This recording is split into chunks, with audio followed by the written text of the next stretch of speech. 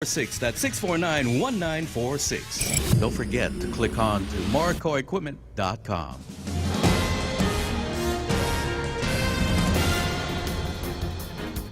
Half a day and good morning, Guam. News time here at The Point is 8 minutes past 6 a.m. this Monday morning. I'm Kevin Kerrigan. Here's a look now at some of the top stories from the Guam Daily Post. The Northgate Shopping Mall, planned to be built on public property across the street from Guam Regional Medical City, has lost its chance to get funding through a federal loan program. The Guam Housing and Urban Renewal Authority had agreed to commit future community development block grants as security for a $12 million loan from private lenders for the construction of the shopping mall. But GURA's executive director, Mike Duenas, telling the Guam Daily Post last week that GURA terminated negotiations when it became apparent that the borrower was not able to secure standard risk mitigation measures, such as pre-leasing at least 50% of the space or getting a letter of commitment from a company that would serve as an anchor tenant. Although the money will no longer be available for the shopping mall project, the $12 million loan guarantee still may be available for others, said Duenas, if they can submit the required paperwork by September. $10 million in tax refund checks are being mailed out today, the first refunds for the 2017 tax year.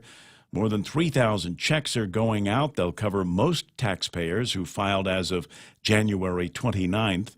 In a release yesterday, Governor Eddie Calvo said passage of the new tax law and the $30 million in spending cuts has now made it possible to pay more refunds as we move forward. Acting Department of Administration Director Edward Burns said last week that he hopes to be able to mail out $25 million in tax refunds by the end of this month.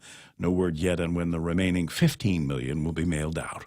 We'll have more news after this. The Point Radio recently published the results of an unhacked poll asking opinions on the weakest gubernatorial team of Democratic candidates. The results show our people want experienced leaders. Governor Gutierrez has an impressive track record leading under harsh conditions, getting us through difficult times, and bringing a better quality of life to our people. The Gutierrez-Bordallo team offers more tested and proven leadership than any other team.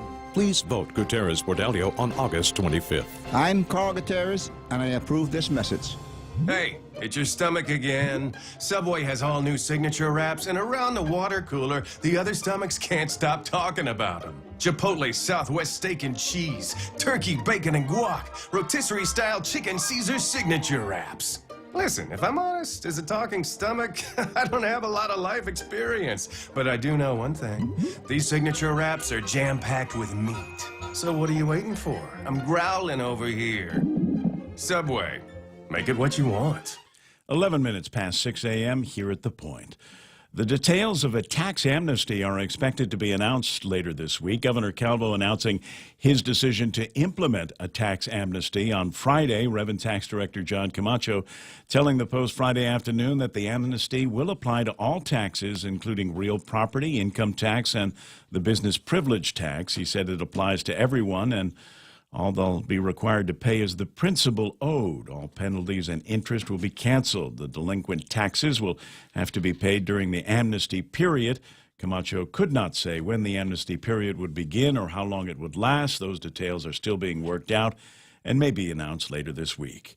Speaking of taxes, have you filed your return yet? You've got until midnight tomorrow to do it. Tuesday is tax day.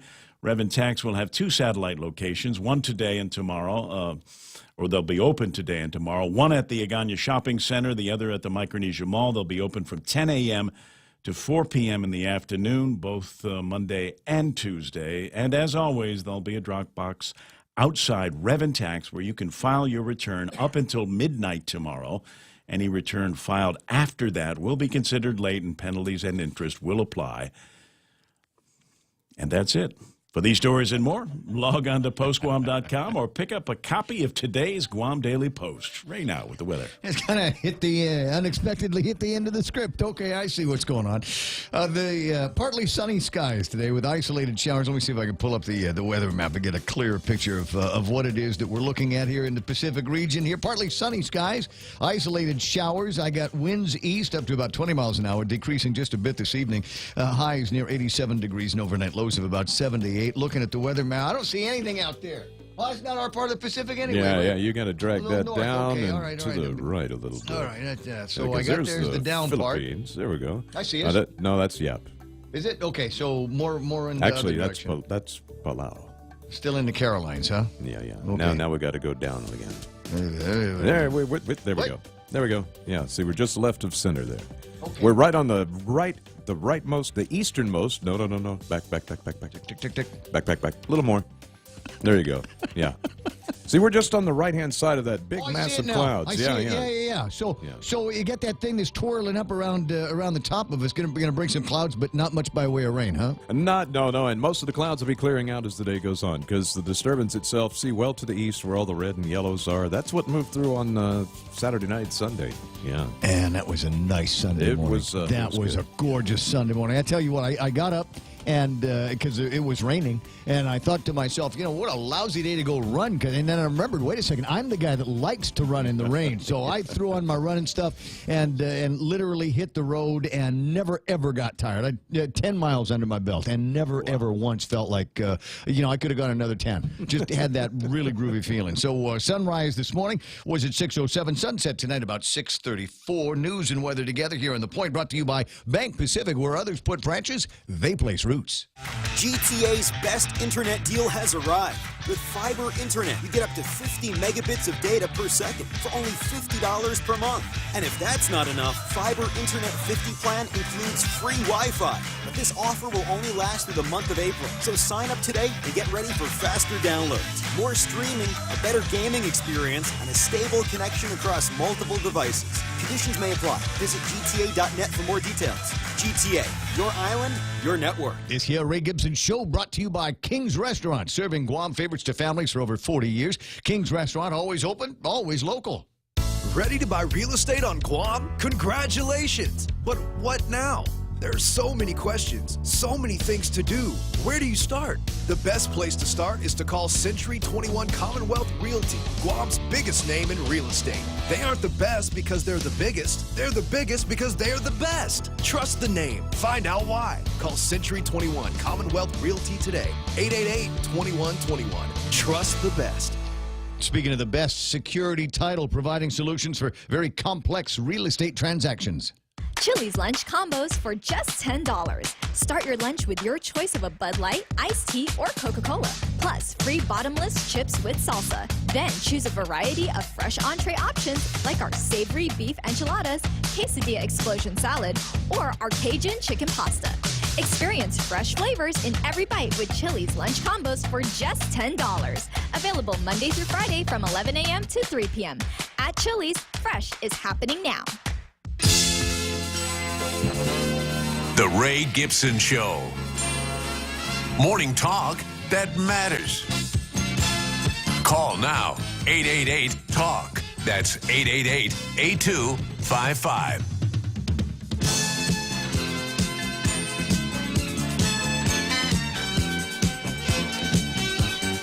Oh, and what a glorious Monday it is. So we got a gaggle of headlines and a gaggle of stories, maybe some of which you have heard over the last couple of days, that should be absolutely delightful to one and all. I'll punch through all of that in a second, but first, let me say welcome to the program. Really, really glad. I'm here. I got to be here, but I'm really glad that you're there, along for the ride with Kevin Kerrigan from the Guam Daily Post. I got Mike Knight gets the phone when you call 888-8255. That's 888-8255. There are, however, other ways that you can get a hold of us here at the radio station. Among them is the email. You can do the Ray Gibson Show at gmail.com. Ray Gibson Show at gmail.com. Listen, if you've got some high level leaks, if you've stumbled onto some information, or if somebody said, hey, don't tell anybody, least of all that loudmouth on the radio. And you absolutely cannot resist the temptation. Go ahead, and I can keep a secret. Now, just FYI, I can keep a secret, and all of any correspondence that you tell me is confidential, I will take to the grave with me. Promise? So don't worry about that. Ray Gibson Show at gmail.com. Or if it's something a little bit more public, just go to the Facebook page. There's already a ton of people there. I got Jim and John and Charlene Marchessault there, Lee, Robert Lloyd, Brad Hewitt's always there, Jimmy Tillman, who liked the way I coiffed my hair this morning, Big Sister Shelley, and Nick Perlosky. Anybody I'm missing? That's just because you haven't logged in yet. But make it a point to get in and get in early. You can communicate with me that way. You can communicate with each other that way. Sometimes the interesting debates that go on between different people in the chat are sometimes more interesting than what I'm talking about on the radio. Knock that off, would you? Knock that off. All right. So where do we go? The table of contents over the weekend, and I'm not going to say I got a big laugh out of it. Kevin, can you say I got a big laugh out of it? I think you did. Because I'm not going to say it. I need one of you guys to say Ray Gibson got a big laugh out of it. According to the chat I follow, there was some laughter there. What did I get a big laugh about? Well, it's one of our top stories this morning is a tax amnesty. It said the story that we got last week was they said, oh, yeah, we'll take a look at the tax amnesty thing, and we'll get back to you after we got some April numbers, some collection numbers, and all of this other stuff. And I thought, wait. Time out, guys. Everybody said, just when we were in the middle of the conversation about the doom and gloom fiscal crisis, that was going to be a method to be able to bring a couple of dollars into the government of Guam. And now we have to wait. We're getting better at this. The timing's getting much better. Yeah, I was at the ready. Gotta wait. Okay, so they got together, and I think at least somebody over there has got the point on real loud, and the guy, somebody must have said, they're making some interesting points on that point radio station. There's no need to wait. We know what we're doing. We know that there's corporate guys that I got to pay. We know that there's some personal guys that got to pay.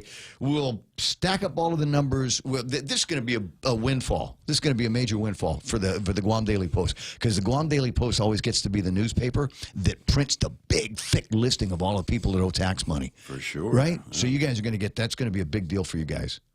Of course, now that I said it, they're going to put it in the PDN. Okay, you have to put it in both then. If you're going to put it, you got to put it in one, put it in the other.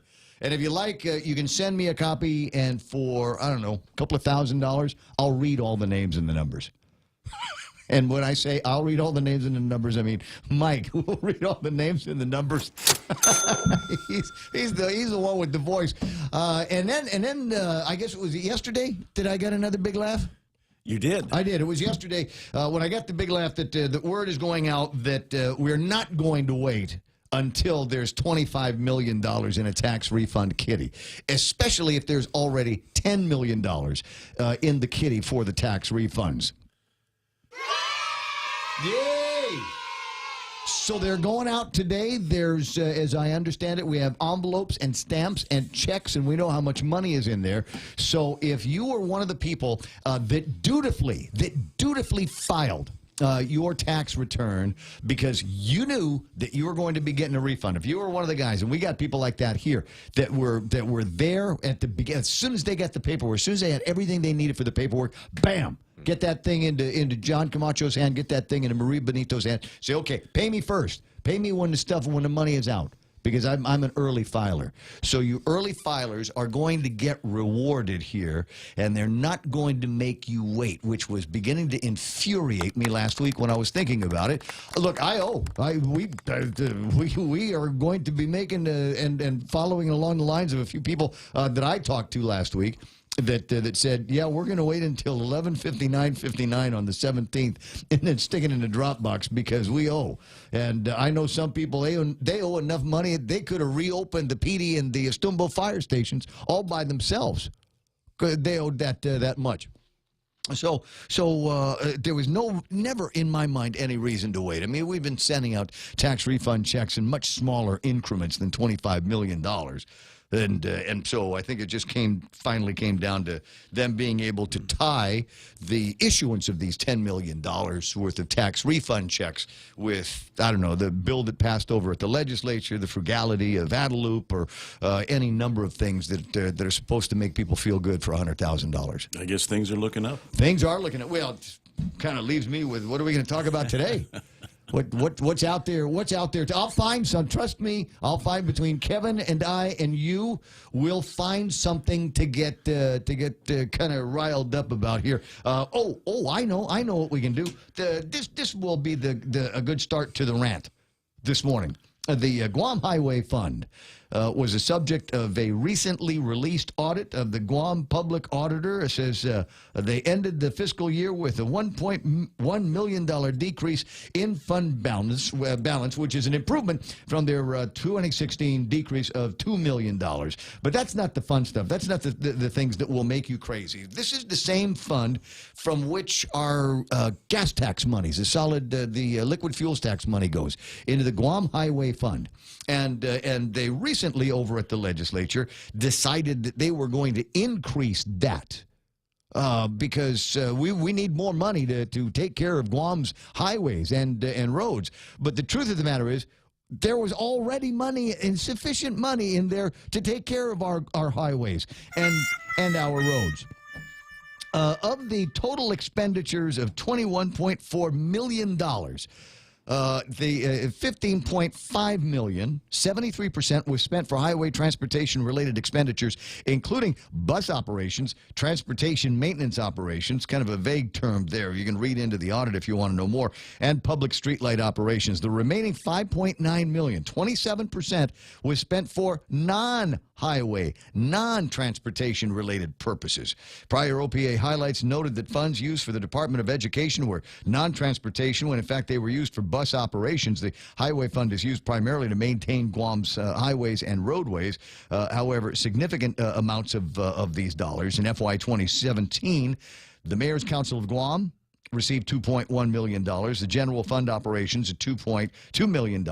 And Better Public Service Fund, what's that? $986,000. Plus University of Guam and Guam Community College, about $500,000 and $279,000 respectively. I don't have a problem giving the University of Guam and GCC money. I'm sure that Uncle Robert and Mary will spend it wisely and to the best and highest use for their students there. But what's it got to do with the roads? What's it got to do with reflectors? What's it got to do with markers on the roadways and little buttons that you're supposed to push to make it so the pedestrian walk works better? Huh? Any of that stuff? How about we make it so that the lights are at least consistent?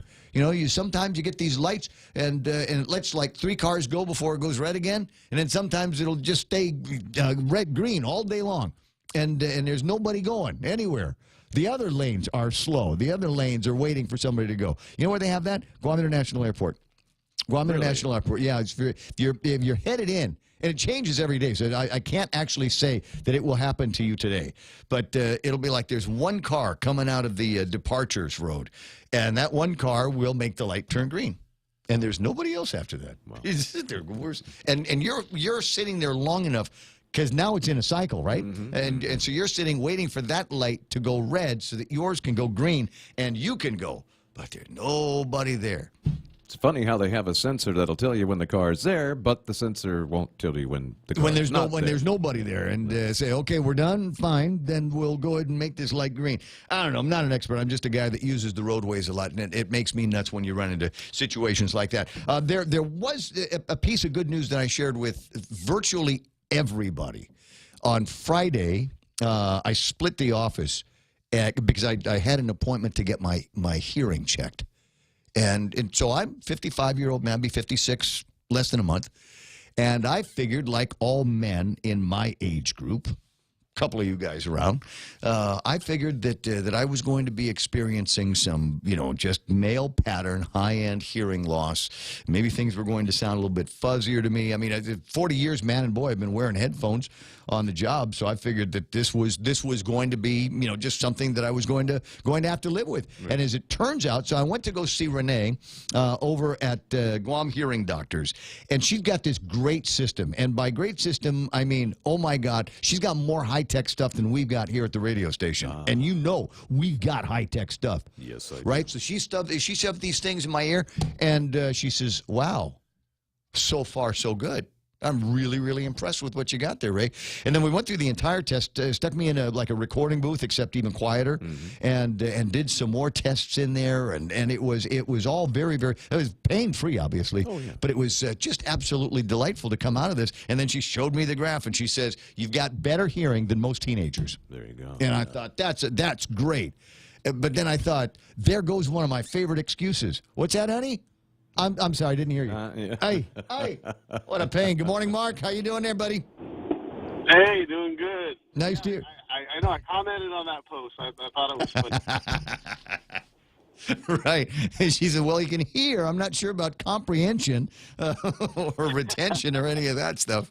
So I was talking about traffic lights and the idea that, you know, we've actually got enough money in the Guam Highway Fund to be able to take care of most of the needs of the driving community. It just seems to get sucky out to someplace else. Yeah, well, the thing is that those two traffic lights at the airport are not under the purview of DPW. No way. Yeah, they're under the purview of the airport. Because why? I don't know. I called up to complain about the other one, not the one you're talking about. I hit it yesterday, and of course I had to sit there for a couple of minutes with you know, everybody went. There was like 6 cars, and I had to sit there and wait and wait and wait. And even the guy next to me was getting ready to jump. He kept creeping forward, creeping forward. And finally, you know, when you don't think it's going to change, it changes, and you all go. But the one further down that comes out of Tejan, there are some days, and normally it happens on a Sunday morning where you'll sit there and it'll go through the cycle letting people out from Tejan, but the light going south will not turn green. The one coming north will turn green, but you'll sit there and sit there and sit there like 2 or 3 cycles. I hate that light. Then it'll change. I hate that light. I that whole southern airport, that whole south part of Route 10A. Where you are coming out of Tejan and you're supposed to be mixing with 10A traffic, and there's traffic that's coming in from the Home Depot. That whole area there, I will be delighted when we finally get around to finishing, what is it, Phase 3 of the Tejan Highway, the Magahaga Highway, and when that's all done, they're supposed to bypass that whole tragedy, and I think the traffic from Tejan is just going to spill back onto Route 10A, kind of on an underpass kind of way, as opposed to having to go through that 5-way ridiculous intersection. No, actually, I remember seeing the plans a while back, and it turns the entrance to the Home Depot traffic light actually turns across from the cargo building, and it comes down. Right. But then again, it's not really going to make that much of a difference. I didn't see the 10A side of it if they were going to widen the road, because you know, the coming north with that one lane is just not going to cut it. Yeah, I wonder if there's something that can be done, because I get stuck there often enough to ponder this, what is it, 2-acre piece that they've got, that little triangle park in front of the airport. I'm wondering if there's something that they might be able to do with that to make life easier for people. Well, good idea. Yeah, I mean, I don't know. I mean, I like a green space as much as anybody else does. But, you know, it's got this sign, and it's got but there's a bridge on that, isn't there? Isn't there a bridge? Now you're gonna look. Now you're gonna look. Sun's up, so swing by there and take a look. 6:30 in the morning, Mark. I'll talk to you pretty soon. How did you hit Smoking Wheels over the weekend? You know, I got too busy. My daughter Rachel took my 2 grandsons to watch it Saturday and Sunday, so they had a good time. Yeah. I was thinking about going on Saturday because I figured it might be misty and overcast all day, like it was up in Jigo. But at least the pictures I saw that you posted up in Jigo, I thought this was going to be the way. And then the sun came out, and I said, "Forget it." Well, hey, well, you know, the funny thing is, I messaged Tom Akagami at about, I don't know, almost 6 o'clock, and I said, "Okay, who won?" And he sent me back a question mark. I said, "The main event," and his reply was, "They're still racing." It was supposed to be over at 5. Oh no! Yeah. I'm sure with the delays and whatever to make sure the track was safe. Dude, I got to run. I'll talk to you. Take care. Appreciate it, Mark. Good. It's 6:31 in the morning. It's the Ray Gibson Show, and about time for a look at headlines from the Guam Daily Post. Here's Kevin Kerrigan.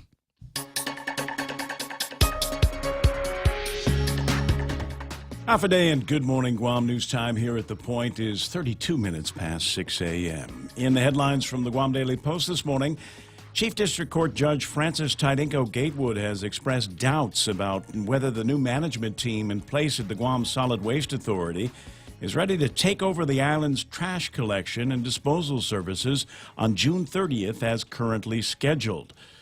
Judge Gatewood has ordered a status hearing for May 11th to continue discussions on the transition from the Federal Receivers Management to GSWA. In her order, the judge writes that The court has concerns about how ready the new management team will be to take over GSWA operations on June 30th. The doubts arise from her review of the Solid Waste Board status report and the receiver's comments and corrections to it. Judge Gatewood has already postponed the transition once on December 1st of last year. She issued an order extending GBB's management authority until June 30th this year. The receiver's control was supposed to have ended on December 31st of last year. The latest audit from the Office of Public Accountability reports that the Guam Visitors Bureau dipped into its rainy day fund and used $650,000 in another attempt to stem the decline in Japanese visitor arrivals to Guam. The audit report released yesterday shows $650,000 was paid to airlines and travel agents as incentives to increase Japan tourist arrivals. According to the report, while the number of Japanese overseas travelers increased by 4.5% last year to almost 18 million, Guam's share continued to drop. More Japanese tourists went to Korea, Taiwan, Hong Kong, Vietnam, and Hawaii instead of Guam, according to the audit. Overall, Guam's tourist arrivals grew by just 3% to 1.56 million in fiscal 2017. That was an all-time record for arrivals, primarily due to the increase in South Korean arrivals. Former Guam Lieutenant Governor Eddie Diego Regis has died. Family members have confirmed that he passed away in Hawaii at the age of 88. Regis was a retired U.S. Air Force colonel and a decorated war hero. He served as the island's lieutenant governor from 1983 to 1987 alongside the late Governor Ricky Bordallo. Governor Calvo has declared a state of mourning and ordered that flags be flown at half-staff in honor of Regis. For these stories and more, log on to postguam.com or pick up a copy of today's Guam Daily Post. iConnect time in the studio. It's 6:34. Connect longer for less with iConnect's push-to-talk mobile and internet plans. For over 55 years, Community First has served our island as a full-service financial institution. And now, we're proud to introduce the new Community First Student-Run Credit Union, open in Mangilao on Route 10. Guam's first student-run financial institution, which means it's operated by college students like us, ready to serve all our members, existing and new. We're just down the road from UOG and GCC. Community First Guam Federal Credit Union, now open in Mangilao. This credit union is federally insured by NCUA. Never too early to start thinking about lunch. Wendy's has got your new smoky mushroom bacon cheeseburger. It's only going to be here for a limited time, so make sure that you get your hands around the smoky sauteed portobello mushroom, crowned melted Asiago cheese, crispy applewood smoked. Oh, wait a second. The bacon crowns this as well. And then you get the crunchy fried onions on top of, okay, so the onions, the onion tangles are the crown. They're jewels. They're all jewels in the crown, huh? Yeah. Check it out. A juicy, beefy patty for a limited time at Wendy's. Now that's better. Security Title is honored to join in sponsoring Ray Gibson on The Point. I'm Kim Anderson of Chalanpago, and this is where I start my day, listening to the voices of our community and sharing thoughts about issues that affect all of us. It all boils down to our people and our land. Protehi Itinotmo, protect your land. When it comes to your family land, remember to call the professionals at Security Title, just like you call Ray Gibson in the morning. Is it already traffic time? Not much on the traffic maps to look at right now. It looks like we've got some building in the places where it's going to build up about 634, headed towards Anderson Air Force Base, heading from Anderson Air Force Base, southbound Marine Corps Drive, into the Tumon area here, Barragata, 8, 10, and 16. Looking clear, but it's already starting to build from Barragata to the entrance to Teebsen because we haven't opened up the gate that's right there at the intersection. It's tantalizing, isn't it? You sit there and you go, I could go straight. I could go straight right up into Teebsen, except they put a curb there. Yeah, and they got the K-rails up there. Come on, take those things down. Put another light fixture up there, and vroom, vroom. We'll make it so that everybody can get to Teebsen instead of snagging up traffic southbound on Route 8. That's all I'm looking for in the traffic gizmos right now. Right now, traffic here on The Point. Stop by any Circle K today and overload your For Real. It's simple. Pick out your favorite For Real shake, blend it, and then mix and match any 2 toppings for only $1. Overload your For Real with a variety of sweet treats like Oreo cookies, gummy bears, classic M&Ms or peanut M&Ms, and Reese's peanut butter cups. Simply add them to your For Real shake for an overload experience and enjoy. For Real Overload, only available at participating Circle Ks. Circle K. Take it easy. Morning talk that matters. The Ray Gibson Show. Call now. 888-TALK. That's 888-8255.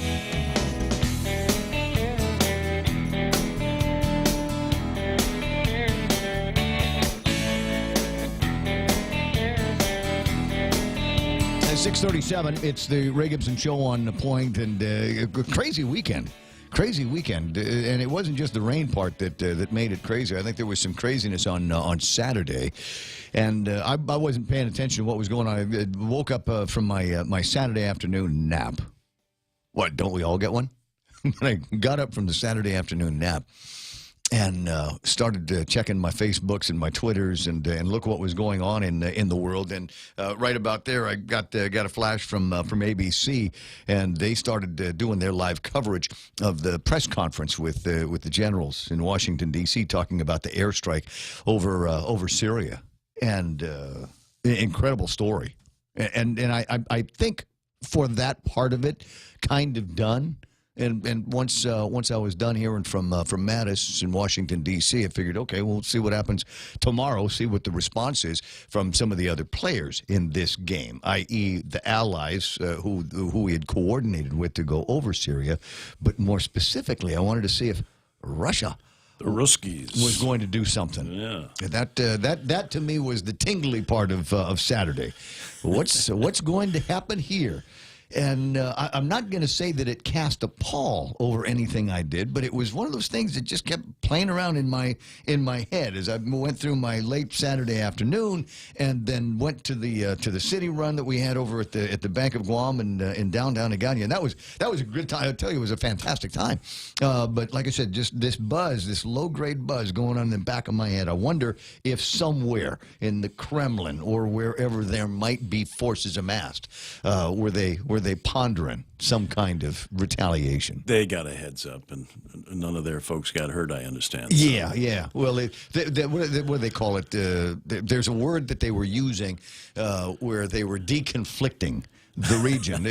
and basically said, hey, listen, we're going to be involved in some operations around there, and we don't want anybody flying into anything that's going to start World War III. So just an FYI. I think it's no coincidence that a couple of days before this happened, all the Navy ships they had there in the docks in Syria suddenly pulled out and left and went to destinations unknown. This place is they got the heck out of Dodge. Yeah, we've deconflicted the area. So fingers crossed now that it doesn't go any further south. That everything is all done except for a little bit of the crying on the very emotional UN conversations and all of that. And if anything, maybe now finally we've gotten the message to Assad that you probably shouldn't ought to be gassing your kids. I get that there are a lot of people that are the conspiracy theorists that are working through the conspiracy that maybe they did not have the justification, that they had not actually ruled in that these were weapons, chemical weapons of mass destruction that they were used. And there's a bunch of people that say there ain't nothing going on in Syria, man. That's Hollywood. Yeah, I've even seen posts that decry the whole thing as a false flag that was done by either Britain or somebody, the intelligence agencies that are, fake news. Fake news, exactly. You've seen it. You've seen the stuff here. 20 away from the top of the hour. And I haven't had a chance to say congratulations, but grandfather to be Dr. Tom Shea. Hey, Ray. Good morning. Hey, good morning to you. Welcome back. That's always an appropriate greeting, isn't it? Yes. Anyway, I think you wanted to chat about this.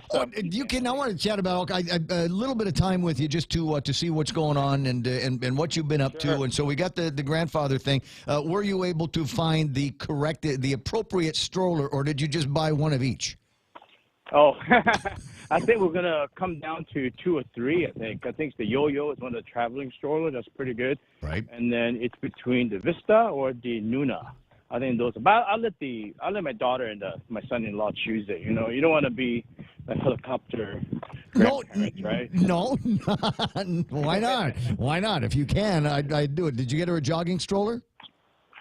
Not yet. Well, you got to work through all of that stuff, and it's great. I tell you, it was one of the things that I missed from when the kids got to be too old to be in strollers anymore. But it was always nice to have a set of wheels that you could put stuff in. So as you accumulate junk through your day, it all goes kind of in the storage space on the stroller. You missed that when it's gone. I always had a cup holder. Always had someplace to put my cup of coffee or beer. The most interesting thing is that we already know, at 11 weeks, technology is so good that we're into the sex of the baby. I'm going to have a grandson, the son, so the boy. So all my life, I've been surrounded by women and girls and my daughters. So I have no idea how to raise a son. So it's a good experience. It's you'll enjoy it. You'll enjoy it. Trust me. And it's okay to want to spoil your grandkid just the same way as you'd want to spoil a son or a daughter. Now, the other thing I know that you're working on is have you selected now the Scholar Athlete? No, not yet. In fact, this week, April 20th, the last day to turn your nominations. Mm-hmm. So you got to get them in this week. I haven't looked at it. I usually will sit down and look at them all at once.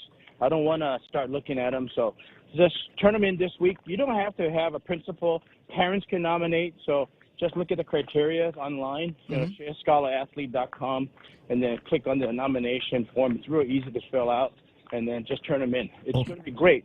I give $2,000 to the winner of the male Scholar Athlete, the female. They each will get a MacBook Air, so they can use in college.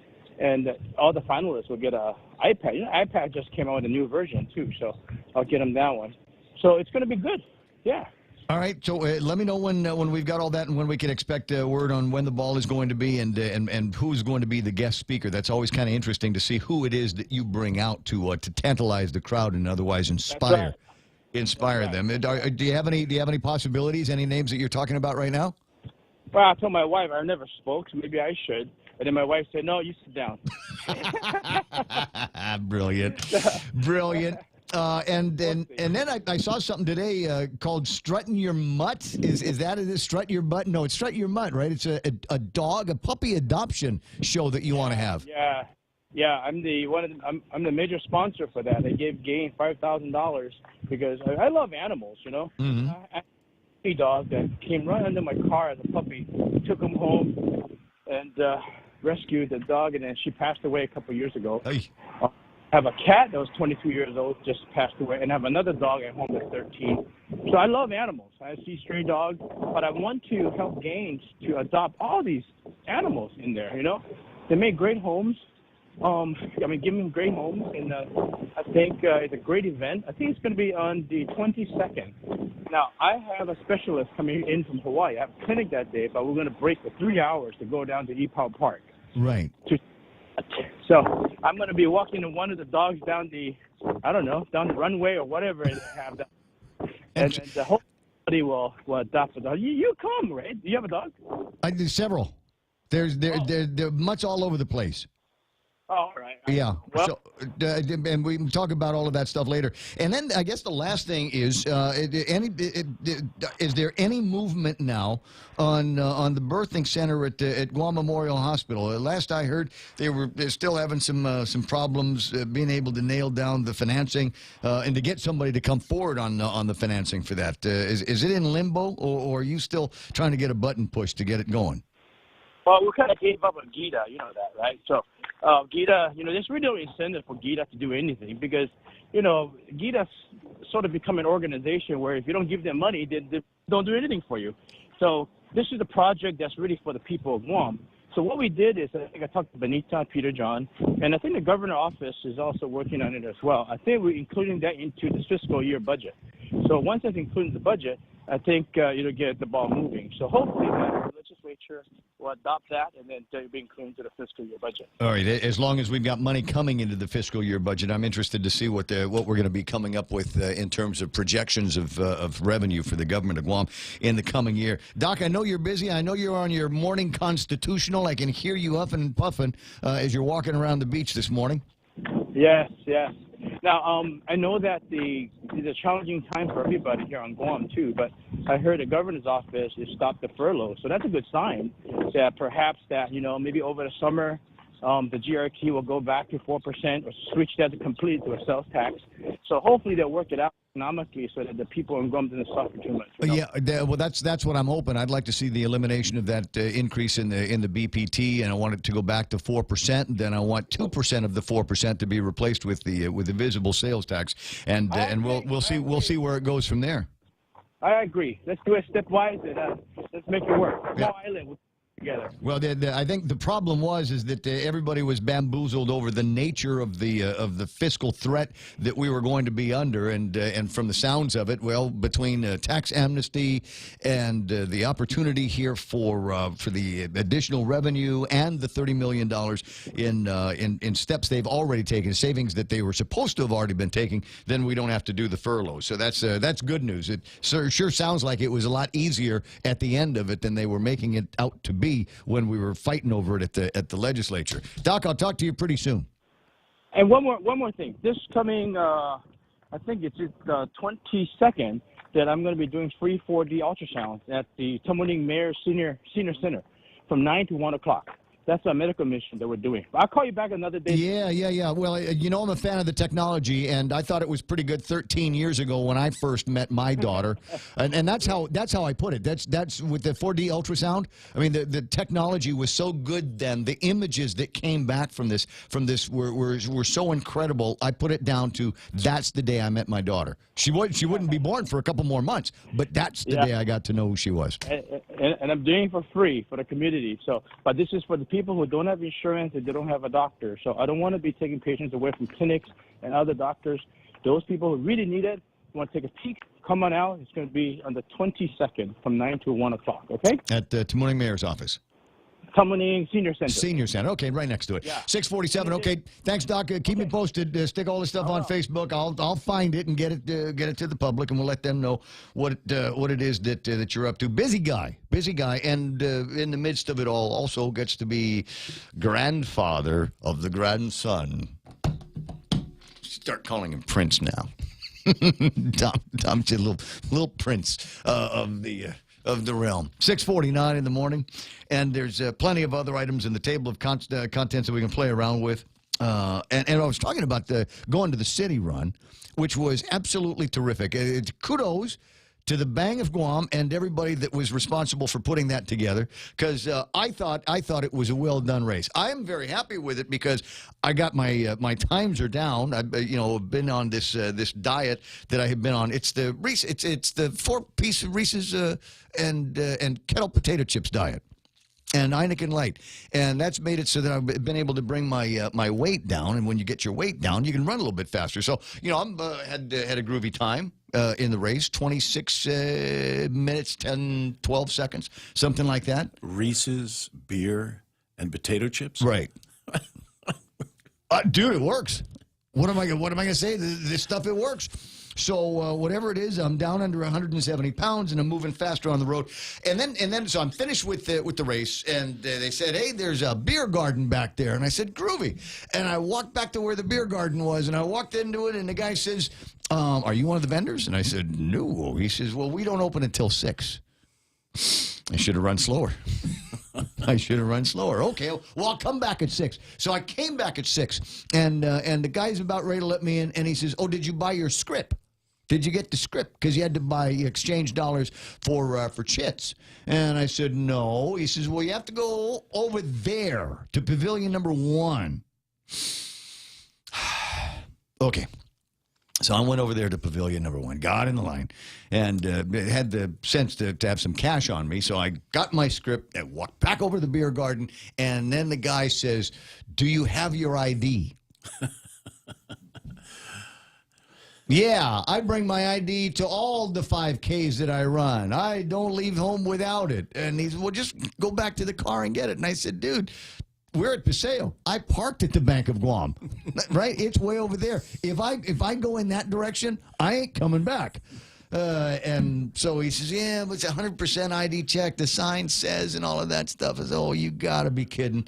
and somebody let me big shot my way in, and I thought, well, but that was the worst thing about it. That was the absolute worst thing about it. Everything else was perfect. The entertainment was great. I didn't win any of the raffles, but they had all of the flavors of the drinks that I wanted to have when I was done with the race. So I thought it was a great night, and even when it started to rain a little bit, I think that just helped to cool things down. You know what I didn't see, though? I was surprised because I'm looking around the whole time, and I'm going, Spank a Guam party, election year. Where's Lou and Josh? I saw neither hide nor hair of them. And for as many people that were down there, I mean, there were at least 1,600 people running the race, and then more that had come in for the kind of block party fair that was going on. You would think that there would have been certainly those two politicians, but every other political guy that we've got here on Guam. And there's a new number. There's a new number for people that are running for office. I don't know if you saw it over the weekend, but it's we're up to 57. Clint Rigel over at the PNC has a good time doing these stories, and I like him because he'll take the time to sit down and transcribe all of the names of all of the people that are running for political office. And there's so many of them that are not going to get into the legislature. It's not even funny. There's 57 people that have picked up their package so far. Now you still have time to pick up your packets. If you're all done with your packets, then you can start turning them in. I want to say tomorrow over at the Guam Election Commission. You haven't picked yours up yet, have you? No. I'm just checking. Somebody was supposed to have gotten one for me. Really? Yeah, because that was part of the plan. And I still get guys. I was towing up to start the race the other night, and a buddy of mine, he says, "So what? Are you running?" And I said, "No." He says, "What was all that stuff?" And I, explained to him about waking up the brand. He says, "But you can still run, right?" I said, "Well, I don't know where I'd find the time to be, because it's a full-time legislature. It's a full-time body. They're constantly getting together. And every time the governor says we're short $5, there's an emergency session over at the legislature, and then you're there all Friday night until 10 o'clock, no dinner." And if you decided to run, you'd have to give equal time, wouldn't you? Right. What Maria said. Yeah, that's. I would have to Maria and Bob. I'd have to have everybody in at the same time to talk about all of the other stuff. And frankly, there's some of those people I don't want to talk to. There's some of them I don't want to talk. I'm not going to tell you who it was, but somebody accosted me for a petition, and I listened to him for a couple of minutes. Said okay, yeah, I signed the petition, and then it came back to me another 10 minutes later and wanted to talk some more. And I said, I'm finished now. I've already signed your petition, and I don't need to hear the pitch again. And he was insistent, and I said, do me a favor, give me the petition back. And I scratched my name off of it. I said, no. We're not doing this. If you're going to be this bad as while you're running, can you imagine how annoying he's going to be if he actually gets the job? 6:55. Yes, I did. Good morning, Becky. How you doing? Good. How are you? I'm trying to get as many people as possible to sign up for the quiz night. The early bird registration is past us now, so it's between here and Friday night. Between here and Friday night, come on down to the Habitat office and sign up and get your team together. Team of 6. It costs $300, includes dinner at the Sheraton. Mm-hmm. But you can possibly win the top prize from Staywell of $600 cash. Everybody after that wins 6 of something based on your finish. Right. So you might go home with 6 ice cream coupons or 6 $100 coupons from Wise Owl. So yeah, and so my friend Renee, who had participated in quiz night before, she was asking about some of those prizes because she's got dogs and wanted to know if Wise Owl was going to be contributing some more, vet time as part of their prize package. I said probably. Definitely yes. I've seen the little certificates in my little pile of certificates. There you go. Okay, so the answer is yes. So put together your brainiacs from the hotel. Yeah, so you can go home with the Wise Owl. Well, among other things, but she's like she gets up there and all of the other prizes that she was looking at were gone, and she said that she saw this thing from Wise Owl and thought, duh, I've got a dog. There were 2 other people at the table with dogs, and so she picked it up for those 2, and I don't know what they did, how they took care of the other companions they had, but at least they came away with a bunch of opportunities to take care of their animals. Yes, and Wise Owl, he says, I don't put expiration dates on my certificates. 'Cause I think that's bogus. No, he's a good man. I like him. He's a good guy. So Yeah. thanks, Dr. Joel. There's people over at in a couple of commissions that don't feel the same about him that I do. But Well, we won't go there. So, oh Lord, don't let me get that started again. Yeah. yeah, please, no. Not this morning. It's too early in the morning. So, All right, so get you got to get signed up for this. It's a fun thing. We're going to be talking about this on you know what? People will be talking about it on Saturday morning, and you're going to kick yourself for not participating, and considering it's so easy. It doesn't cost a whole lot of money, and it's a fun night. fun night. It supports a great cause, building homes for low-income families here on Guam. So that's a wonderful. Can we change that? Let's instead of building homes for low-income families, let's start building some Airbnbs and get some real money. Come on, they're not paying taxes. We wouldn't have to pay taxes. Hey, don't say that. Some of us are paying taxes. Well, I'm not.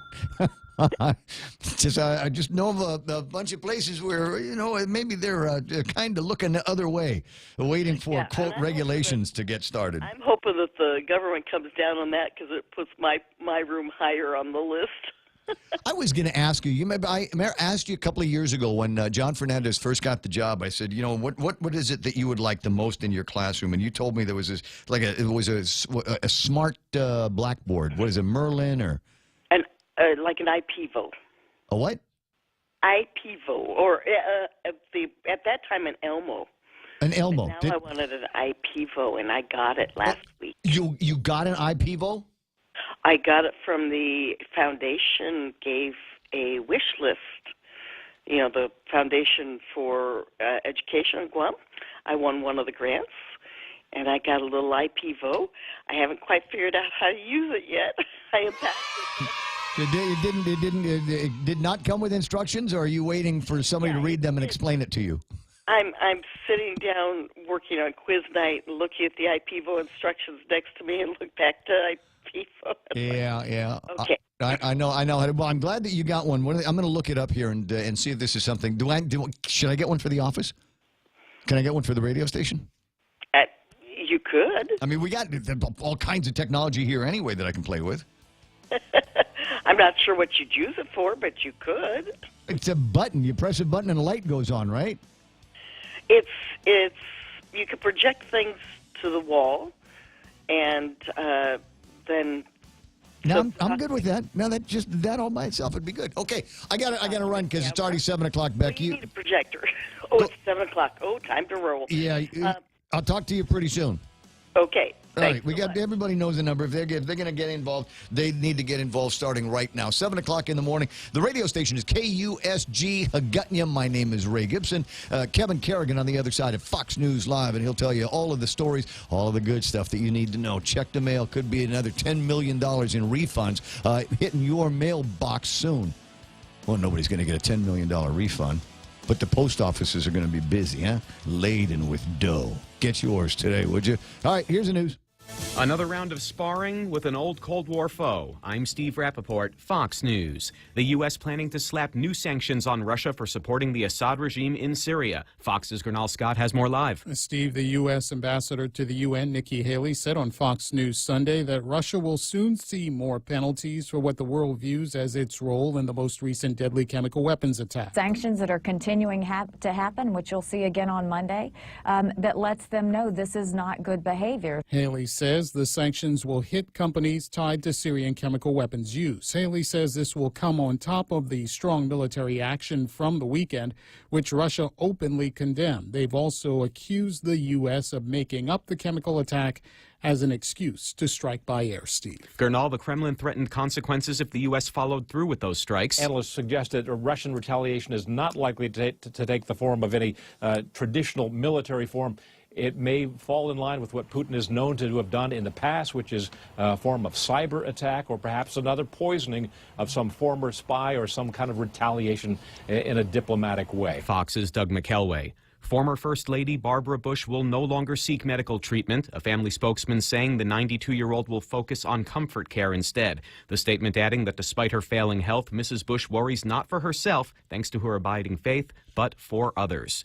Starbucks apologizing after police arrested 2 black men who refused to leave a store in Philadelphia while waiting for an acquaintance yesterday. One, we want the man to fire immediately. And number 2, we want every officer involved with the arrest fired immediately. They should not be on the force. Dozens of protesters rallying outside and inside the store today. Police and the mayor's office are investigating. Fox News. Fair and balanced.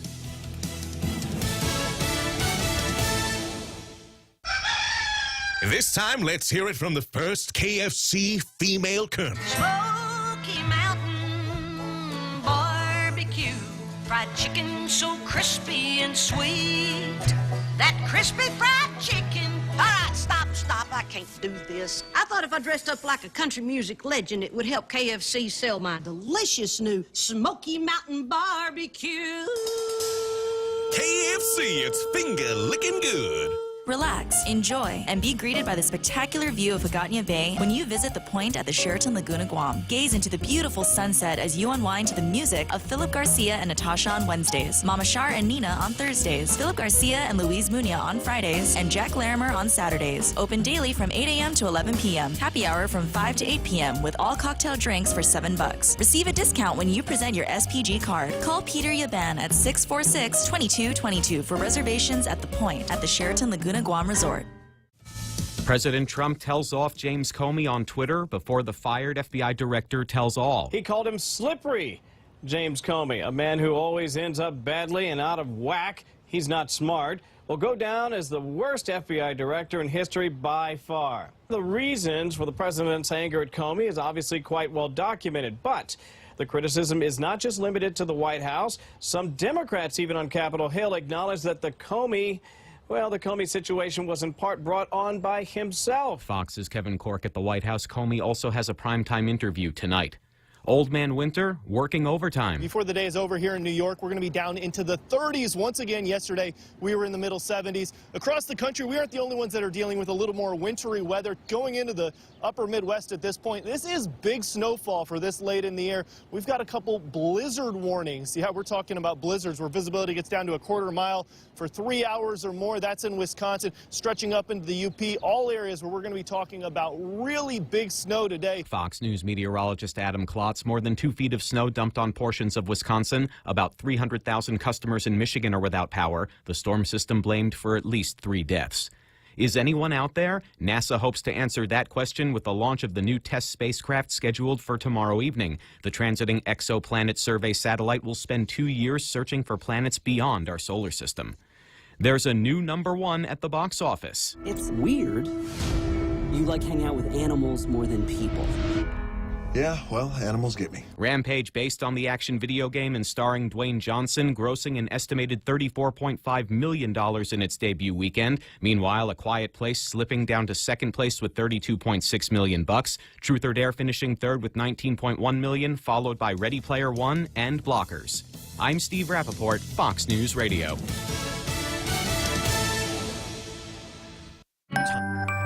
Do you carry your lunch to school or work? You can reduce waste simply by using reusable containers instead of plastic bottles and disposable bags. Switch to putting your food in Tupperware and putting your drinks into a thermos or flask. Catch more clean and green living tips every day and get inspired to make a cleaner, greener effort in your community. Happy Earth Month from the stations of Choice Broadcasting. Brought to you in part by PokeFry, located in Mighty and open for lunch and dinner. Follow PokeFry Guam on Instagram at PokeFry.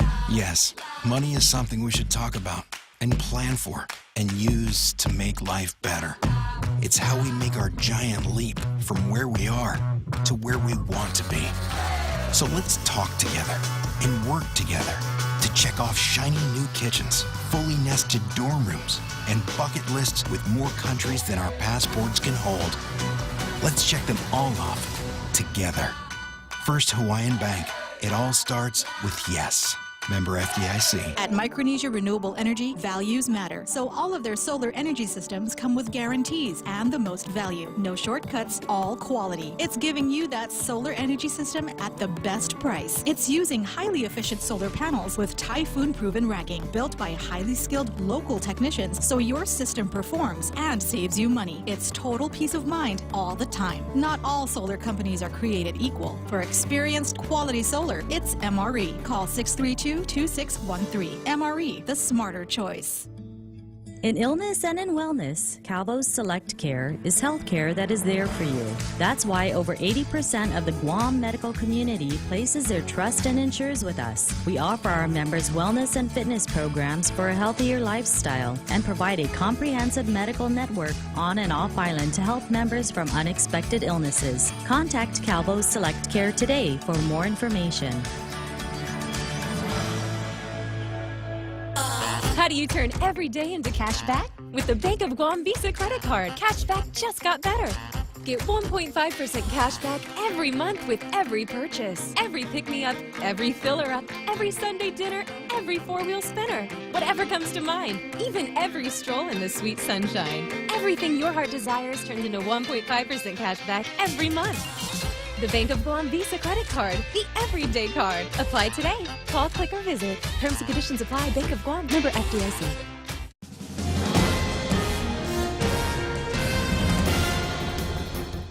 Half a day and good morning, Guam. News time here at The Point is 8 minutes past 7 a.m. this Monday morning. I'm Kevin Kerrigan. Here's a look now at some of the top stories from the Guam Daily Post. $10 million in tax refund checks are being mailed out today, the first refunds for the 2017 tax year. More than 3,000 checks are going out. They'll cover most taxpayers who filed as of January 29th. In a release from Adelup yesterday, Governor Calvo said passage of the new tax law and the $30 million in spending cuts has now made it possible to pay more refunds as we move forward. Acting Department of Administration Director Edward Burns said last week at his confirmation hearing that he hopes to be able to mail out $25 million in tax refunds in all by the end of this month. No word yet on when the remaining $15 million will be mailed out. The details of a tax amnesty are expected to be announced later this week. Governor Calvo announcing his decision to implement a tax amnesty on Friday. Reverend Tax Director John Camacho telling the Post on Friday that the amnesty will apply to all taxes, including real property, income taxes, and the business privilege tax. He said it applies to everyone, and all they'll be required to pay is the principal owed. All penalties and interest will be canceled. The delinquent taxes will have to be paid during the amnesty period. Camacho could not say when the amnesty period would begin or how long it would last. Those details are still being worked out, he said, and may be announced later this week. The administration also announcing on Friday the cancellation of the threatened furloughs for government employees. The governor stated in a release there's no longer a need for furloughs, saying the fiscal environment has stabilized. However, the governor cautioned that if the legislature cancels or rolls back the recently passed tax increase, then the government's financial stability will be back in peril, he said. We'll have more news after this. As we journey through the new year, we here at APL continue to find ways to better deliver our island's resources with innovative and cost-effective solutions, lending our helping hands by carrying your freight safely from the U.S. mainland or anywhere in our global network. We humbly honor the opportunities to continue to work and connect with you and your business. We are APL, and we are here for you. GTA's best internet deal has arrived. With fiber internet, you get up to 50 megabits of data per second for only $50 per month. And if that's not enough, Fiber Internet 50 plan includes free Wi-Fi. But this offer will only last through the month of April. So sign up today and get ready for faster downloads, more streaming, a better gaming experience, and a stable connection across multiple devices. Conditions may apply. Visit gta.net for more details. GTA, your island, your network.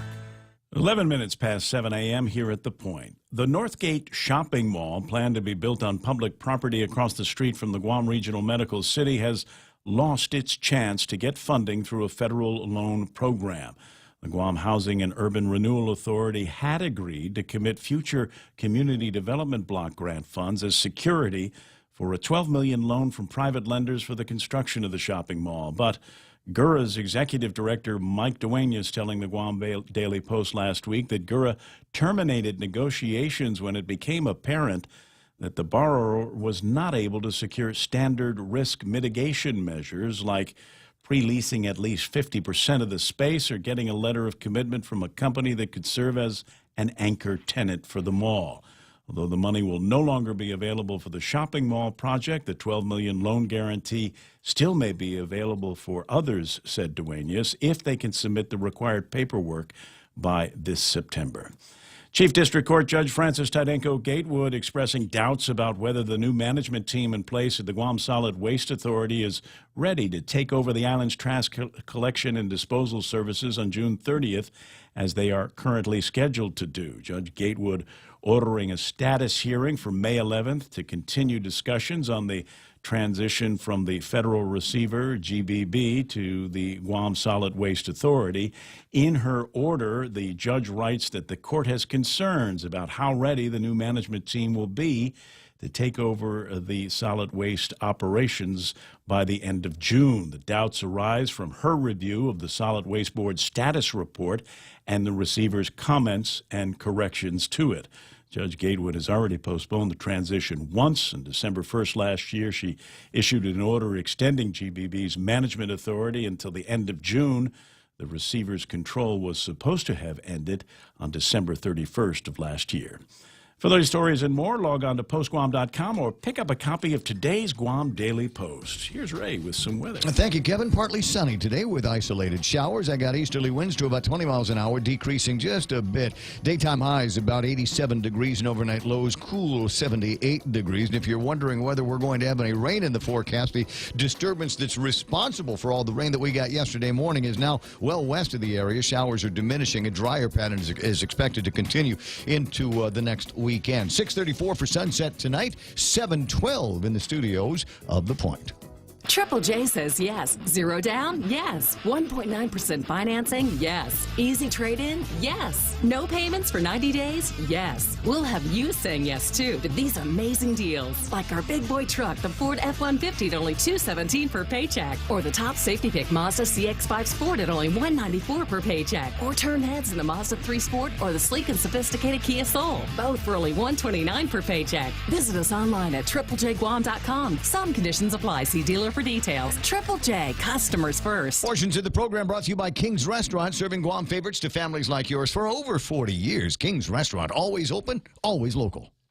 I'm a working mom and could really use more hours in my day. Thankfully, my non-electric Connecticut water treatment system has simplified my life. It's easier to clean my home with Connecticut conditioned water. No more scrubbing tubs or wiping water spots. Cleaners work better and last longer. And all the Connecticut drinking water we want is right here. No more lugging home bottled water. All this, and I'm saving money too, thanks to Connecticut. American Water Tech. Smarter water. Better water. Call American Water Tech at 649-2301 or email info@americanwatertech.com. Well, would you look at the time? 7:14 already. Portions of this program also brought to you by First Hawaiian Bank, where it all starts with yes.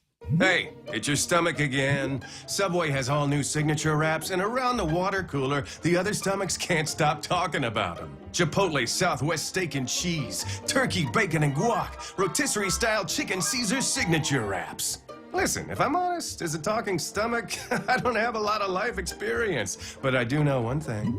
These signature wraps are jam-packed with meat. So what are you waiting for? I'm growling over here. Subway, make it what you want. Ray Gibson brings you closer to the action. Any speaker, anytime. Morning talk that matters.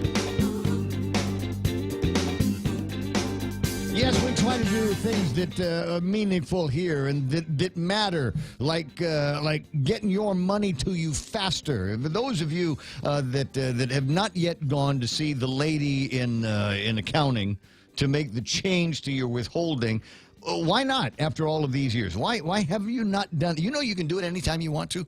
It doesn't have to be a specific enrollment time. It doesn't need to be, okay, well, it's time for us to review your withholding now. Please come in. You can go because it's Thursday. It's a day that ends in Y. You can go to the lady and say, listen, I need you to make my deduction numbers higher. No, lower. How do we wait? Which way does it have to go? I forgot. It's been so long since I've done this. I mean, you want the numbers to go up, right? And you mean the withholding? Yeah, you want your withholding numbers to go up. That way, you may get a refund. No, I don't want the. I want to be able to make it so that that I owe the government. That's how I want to do it. Oh, because listen, here's why? Because the point is that if you do it wrong, then you end up. The government owes you money, and that means that you'll never get it. Well, it means you got to wait. You got to be one of the suckers that's waiting for me to give the governor a hard time about getting tax refunds out, which are out today, thank goodness. But they wanted to wait until there were $25 million in the kitty, even though they could send them out when there's 10. So that's why. But you can go and make the changes on your withholding now, so that they are. Keeping more of your giving you more of your money, so that at the end of the tax season you owe the government. And if you strike a balance, if you do it right, you ought to be able to get in within about a couple $100, so that if they do end up owing you, it's not like we're talking about a serious amount of money. If you do end up owing them, it's not like it's a serious amount of money. I just can't, off the top of my head, remember which direction it's supposed to go. But go and see the lady in accounting, because she knows about all of that. Trying to get up some numbers, scare up some numbers on what the markets did on Friday and what the expectation is, where they're going to be headed over the next couple of days. I got a feeling that there's going to be some lingering anxiety over Syria when the markets do open up. But don't bother with the music. I don't. For some reason, the thing is, it's not giving me the numbers in the speed that I need the numbers at. So we might do the extra point first. Speaking of the point, go to the point.gu. We asked the question in the online poll: are you better off today than you were 8 years ago? Now, this is one of those questions that people like to ask when we've got midterms here. We've got, but in this case, Eddie is not running, but Ray is. Ray is the lieutenant governor and would like to be able to continue his time at Adelup, but in a different office, in a different chair. So we ask questions like this to find out, are you happier now? Are you better off today than you were 8 years ago? And so far, the answers have been a resounding yes. 69.44% say, yes, I am, and only 30.56 say, no, I'm not. And we'll play around with some of those numbers in just a little bit. 7:17. Now we can play the numbers, the music for the market report. It's here. They've finally come in, and the markets are down by 122 points. That's where the Dow is going to open tomorrow. And as I said, my prediction is we'll probably see them working backwards. Now that I've said that, now the market's going to be green by 500 points. Because I've made that prediction. But that's what I'm thinking. That's what's in my head. NASDAQ, 7,106. They're off by 33 points. And the S&P 500 in the red by almost 8 points. 2,656 is where they ended up. The Nikkei is going to open later at 21,778. They closed on Friday 118 points in the green. Now, I say that they're going to open today, but, anything can happen. Japan has got these weird holidays that fall just because. And so I got double check if you will. Looking at some of the commodities here, where we are for oil, $67.39 for a barrel of West Texas crude. Last time I looked, Tapis was trading at about $73 or so American for a barrel of that stuff. 7:19 in the morning, and that's what's happened on the markets. Any big headlines in here? What's this? After working in a world of tech brothers, this woman founded a female-only island. That sounds discriminatory, doesn't it? Isn't that? Can you do that? Can you say I'm not hiring men? It doesn't sound like you can you? No. I'm thinking of the Amazons. After working in a world of tech brothers, this woman founded a female-only island. I'm going to read that here. American Airlines warns pilots some Asia flights could be rerouted amid growing Russia tensions. And speaking of rerouting, this is an interesting story in the Marianas Variety today. Cape Air is pulling out of Rota. And as you might imagine, the senators representing Rhoda in Saipan are very concerned about this. Teresita Santos and Paul Manglotnya are asking Cape Air / United Airlines to reconsider its decision to end its Rhoda flight service. And the reason why Cape Air and United are ending their Rhoda flight service is effective June the 1st. I got bittersweet feelings about this here, buddy. Effective June the 1st, it will use a Boeing 737 aircraft with 166 seats for its mainline service between Guam and Saipan. For people that spend a lot of business time going back and forth between Guam and Saipan, you're not going to have to ride the prop job anymore. We're talking about jet service between Guam and Saipan. And this is a throwback to the old days. We used to have jet airplanes that would take you from Guam to Saipan. Those were the days. You fly up there in the morning about 11 o'clock. Then you come back here about 7 o'clock at night. Be great. You go and you But do how your are you going to business. get to Rhoda? Go to Oleai Beach Bar, have a couple of rounds before you get back to the airport. You know what I'm talking about? How are we going to get to Rhoda is an interesting question. If you're not doing anything direct between here and there, then what that means is you're either going to swim Madeline Berdallo's land bridge between Anderson Air Force Base and Wedding Top, which I don't think is going to happen. It's not that far. I mean, technically, you probably could do it, but I don't know. Those waters are pretty rough out there. I wouldn't want to get out there swimming. Oh, I'm sure there's got to be some places where the water's rougher, where they've got bridge work, things like that. Yeah. It's got to be. I mean, it's between Miami and some of those islands. Yeah, well, we can see it's really deep. Really deep. Okay, but anyway, it's not going to happen anyway, so we might as well not talk about it. So this is what will happen. You will the same way that you get to Tinian. There's no direct flights to Tinian, and that's not any good for the casinos there. So the way it will work is you will go from Guam to Saipan on a gleaming 737. And I presume that we're going to use the local talent around here to be the pilots and be the flight attendants and all of that. It's not long enough for a movie, is it? No. Do you think it's even long enough? Do you think it'd be even long enough for cabin service? Well, don't you remember? It's been so long. 20 minutes. Yeah, on a jet, sure. You're right. So by the time you get comfortable and the captain's turned off the seatbelt sign and you're free to roam about the cabin, he turns the seatbelt sign back on and you got to lock yourself back in the chair. Wow. Okay. So that's the part. So you go to Saipan and you got a choice. You can take a jump, maybe a boat to Rhoda, or one of the littler airplanes that they fly between, little taxi cab service that they fly between the airport there and Tinian, the airport there and Rhoda. That's what it sounds like, unless they're able to convince the guys over at Cape Air. And I'm sure the guys at United wanted to be able to stop in Rhoda, but that's an expensive proposition. Up and then land. And then take off and then land, and inefficient to go up and down like that with the 737. It seems been doing it for decades. 722. Well, yeah, but with the littler airplanes, with the prop jobs. 7:23 now in the morning, and we got to do the extra point with Jerry Roberts. Do you ever get bored with your job and start to wonder if maybe there's something better out there? I'm Jerry Roberts, and let's see how green that other grass is today on the Extra Point. Somewhere over the rainbow, skies are blue, and the dreams that you dare to dream really do come true. You might recognize that lyric from the song made famous by Judy Garland in The Wizard of Oz. In the movie, young Dorothy was bored with farm life and just knew there was a better life waiting for her somewhere out there.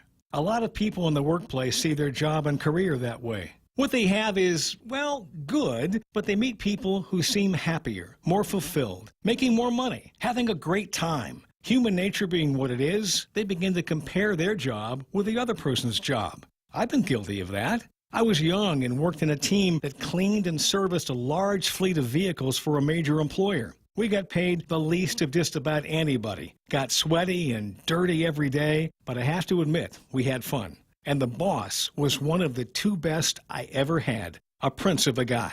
One day, I met a company courier. He drove around in a shiny new van, wore casual clothes, and said he had an awesome time delivering the interdepartmental mail and other things that one office would send to another. He said, "Hey man, I grab my food on the go, meet girls all up and down my route, and zip around with the radio blasting. You ought to think about transferring over." Well, the way he described his job, it seemed like my over the rainbow could be close at hand. And the more I compared his job to mine, what I had didn't seem good at all. It wasn't long before I heard there was an opening, and I requested the transfer. At first, it was all the guy had said, and I loved it. I was making more money, too. However, the new boss was a serious micromanager, and he nitpicked about everything. Little by little, the joy was sucked out of that job. And some days, I found myself wishing I'd never walked away from that dirty work and the terrific boss. If you tend to compare what you've got going with that of a friend or family member, that's fine. My only advice is this. Before you consider leaving your current job, find out as much as you possibly can about the new employer you're considering. Talk to current and former employees if you can, asking every question you can think of. Then compare again and see where you stand. What you have now may end up looking pretty good. That's the Extra Point. Get out there and make something good happen today. For 93.3, I'm Jerry Roberts. Yep. It's like anything else. You got to do your reference checking. You got to figure it out. You learn it when you're a supervisor and you start working in places and hiring toxic people, and you go, yeah, probably should have made a couple of more phone calls on that particular one before I decided that was the hire that I was going to make. And you should be doing the same thing when it comes to thinking about where you're going to be going to work, where you think the grass is going to be greener. Is it always greener on the other side? Well, sometimes it isn't, and that's an interesting point that Jerry makes. If you want a transcript of it, GuamTraining.com on the World Wide Web. Don't wait another day and waste another dollar. You can start saving today. At Guahan Insurance Services, we are here to help protect your investment and save you money. We offer insurance advising for business, car, and home insurance. So come and visit us at our new office at Camacho Landmark Center at Marine Corps Drive in Tamuning, and let us show you that you can count on us for all your insurance needs. Call 475-1162. Right now, traffic. Don't see a whole lot of hot spots on the gizmo this morning for traffic, but I will tell you that traffic is beginning to build in all of the usual locations at 7:30 in the morning. If you haven't already left the house, you're probably going to get stuck in the usual spots, coming out of Dededo, into and out of Tumon, Marine Corps Drive, as we dress all of that stuff up. I don't know why, but every morning around this time, it always starts to get busy over in front of the sports complex up in Dededo. Route 8, 10, and 16, building up a little bit towards that intersection. If you're on Route 10, if you're on Route 8, it will build up until you get through the gate to Teeds and up around on 10 near the University of Guam and GCC. You'll see traffic building through there.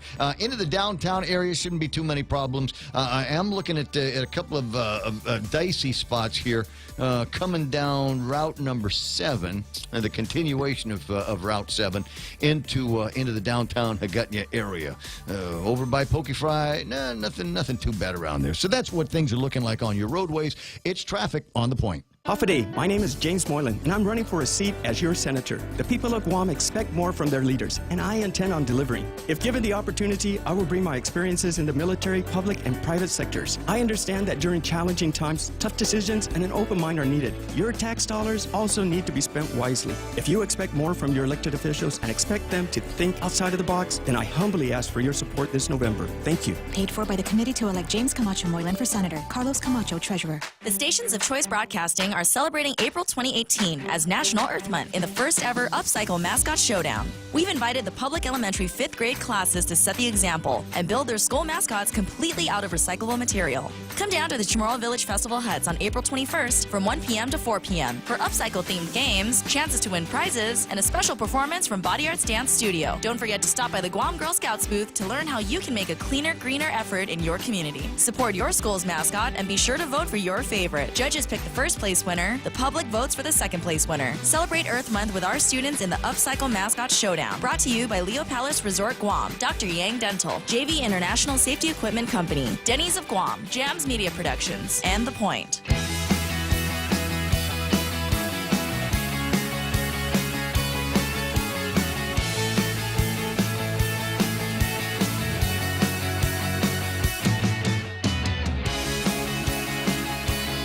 Great to have you along. along on a groovy, Monday morning ride here on The Point, right into the office, right into work, or wherever it is that you're doing it. I know some of you are still lingering around the coffee table, trying to figure out what the day is going to bring, and I'm glad that you're starting here to get a sense of what the big stories are, what the real good news is. The good news is there's $10 million in tax refunds that are going to be going out. The money's been in the kitty, and they were going to hold on to it until they found a good press release for $25 million, and they said, no, we'll get the money out now because we've done a good job being frugal and all of that stuff. So it doesn't matter what the deal is. It's your money, and they've decided to go ahead and put it in the mail effective today. That's the good news. The other news, and it might also be good news for people that have been in businesses that have been owing money to the government of Guam over some amount of time, is it looks like we are getting closer and closer to the announcement of the tax amnesty starting sometime very, very soon.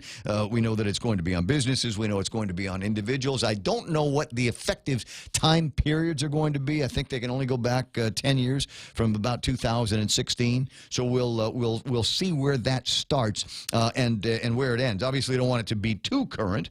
I mean, there has to be some penalty for people that are just recently, as recently as last year, breaking the law and not paying their taxes. So I don't know that it's going to be amnesty right up until 2017. Hey, but I could be wrong. I could be wrong in this case. It's not my decision to make. A bunch of other people I want to say good morning to. I see Ed and Karen there. Joe Cruz. Is that the real one? Tracy and Paul Barrett. Nice to see you there, buddy. Marites. Regis Burrier, good to have you as part of the growing chat this morning. Juanita and Ramona and Mo Cotton is back for another taste of the morning show. I got John Wigston. That's my running buddy. Didn't see you at the race. They had beer after the race on Saturday night, John. Probably, I think Coach Joe Titano might have mentioned that the city race that they had, the EFIT race they had Saturday night, might be, in anybody's living memory, the most well-attended nighttime race in the history of the running community on Guam.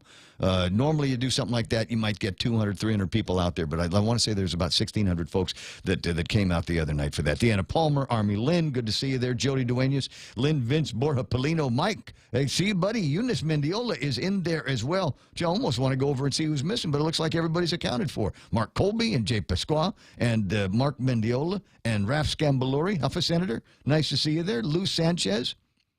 Lou would be the one to talk to because she got a ton of time in service in the old Continental days.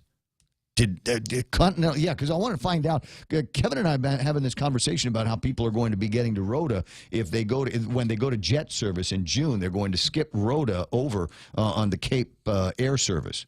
So what was it before? Did they used to go out there with a DC-10 so you could do Guam, Rhoda, and then Saipan on the DC-10 and then back? I can't remember, and that's what's killing me. I remember stopping once on Rhoda, but I don't remember what conveyance it was. It seems to me at the time it might have been one of the prop jobs. 7:33, you're listening to The Ray Gibson Show, and about time for another look at headlines from the Guam Daily Post. There's Kevin Kerrigan.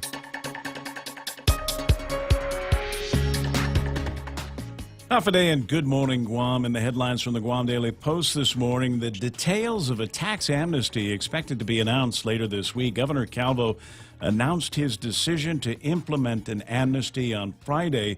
Reverend Tax Director John Camacho telling the Post that the amnesty will apply to all taxes, including real property, income taxes, and the business privilege tax. Delinquent taxpayers will only be required to pay the principal owed. All penalties and interest will be forgiven. The delinquent taxes will have to be paid during the amnesty period, which will cover taxes owed through 2016. No amnesty for tax year 2017.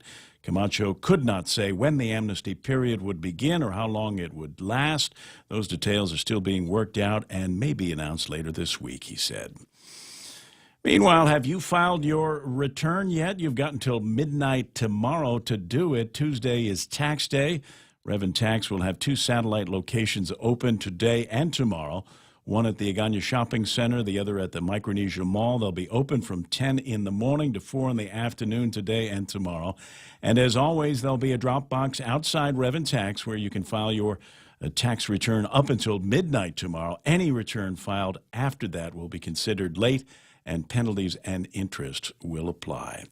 Former Guam Lieutenant Governor Eddie Diego Regis has died. Family members have confirmed that he passed away in Hawaii at the age of 88. Regis was a retired U.S. Air Force colonel and a decorated war hero. He served as the island's lieutenant governor from 1983 to 1987 alongside the late Governor Ricky Bordallo. Governor Calvo has declared a state of mourning and ordered that flags be flown at half-staff in honor of Regis. For these stories and more, log on to postguam.com or pick up a copy of today's Guam Daily Post. Good plan. 7:34, that's iConnect time. Connect longer for less with iConnect's push-to-talk mobile and internet plans. With the largest inventory of rental equipment on Guam, East West Rental Center is sure to have the tool you need to get your job finished quickly. From equipment rental, party rental, parts and service to used equipment, East West Rental Center has what you need. Call East West Rental Center at 646-1463 or visit them online and browse through their online rental catalog at eastwestrental.com. They're located in Upper Tumon, right across St. John's School. East West Rental Center, providing the island of Guam with quality equipment rentals since 1972. Water. It covers nearly 3/4 of our Earth, from vast oceans to millions of rivers and streams. We're all concerned with protecting our world's water, but none is more important than the water you and your family drink and use throughout your home. A Connecticut water treatment system can improve your water so that your family is using the best water in the world. Connecticut, for refreshing ideas on water. American Water Tech. Smarter water. Better water. Call American Water Tech at 649-2301 or email info@americanwatertech.com. Another look at traffic? Sure, why not? You know, because it's like the weather. If you give it 5 minutes, it'll change. And is it? Into and out of the Sinahanya area, yeah, you might see some traffic that is building through there up around San Teleforo. And Ordot, same thing. Ordot, Chalanpago. In fact, leading up Route 4 to the intersection, we're starting to see a little bit of a buildup. Folks trying to get through there. As I said, Route 27 in front of the Dededo Sports Complex, we got some traffic that is hanging through there. Once you get to the intersection, should be smooth going. Unless you're headed towards Route 16 on, well, you're already on Route 16, but if you're headed up towards Barragata Heights and the Department of Revenue and Taxation, you might see a slowdown over in front of Dr. Malakuti's office. And let me just check real quick what's happening in the Barragata area around where the Department of Revenue and Taxation is going to be. Am I beginning to see traffic building through there? Not right now, believe it or not. Still a good time to get to the Department of Revenue and Taxation if you want to get there to be first in line to be among the first to pay your taxes. You need to do that so we can support all the tax checks that are going out today. I'm just saying, 7:38, that's right now traffic on the point. Every time I travel, there's something from home that I can't leave without. I take my Docomo Pacific Data to Go to share my stories in Taiwan, check subway routes in Tokyo, be my food guide in Hong Kong, meet new friends in the Philippines, make updates in the States, find my way around Korea, and check out all the cool shows in Singapore. It's the data I have in all the places I love for only $10 a day. Data to Go from Docomo Pacific. Better together. Are you waiting too long for a home loan decision? Are you looking for a bank that understands your needs and can close your loan quickly at today's super low rates? Then come no further than Bank Pacific. Our home loan specialists are friends and neighbors from your community, and our decisions are made right here in Hagåtña. Bank Pacific, where we're open to closing your loan in a hurry. Bank Pacific, where others put branches, we place roots. Equal housing lender, credit conditions apply. Viva Bank Pacific.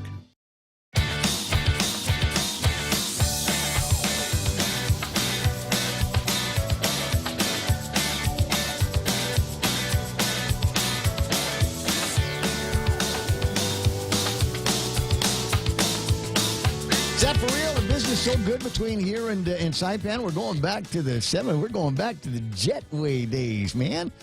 Isn't that sweet? It's going to take a little bit of getting used to. I get a chance to go up to Saipan not as frequently as I'd like to in this job. I haven't been up to Saipan in, I want to say, a couple of years now. Golly, maybe it's more than that. I'm trying to remember then. And the last couple of times that I did go up there, Mike, go ahead and kill the music.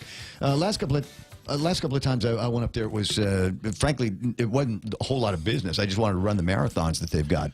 So in all of the cases, it was a question of going up and riding the prop job, and you get used to a certain thing. Number one, you get used to going on that airplane. You got to go all the way to the end of the airport because that's where the gate is. So whatever it is that you need, make sure that you get it before you pass the bar, because otherwise it's a 5-minute walk back to where civilization is up there. And then the other part is you might have a suitcase, but you don't bring that on board the airplane with you. You give it to the guy down there, and he'll go ahead and stick it on the plane. You catch it with a trip to the trolley, the baggage trolley on the way back, and that's how you get into it. So I wonder what's going to change as a result of going with the 737. A lot of gamblers will want to go up there, won't they? Yeah, I guess. There seems to be a whole lot of business. Is there gambling going on there? Or is this just money laundering? That's what I hear. Because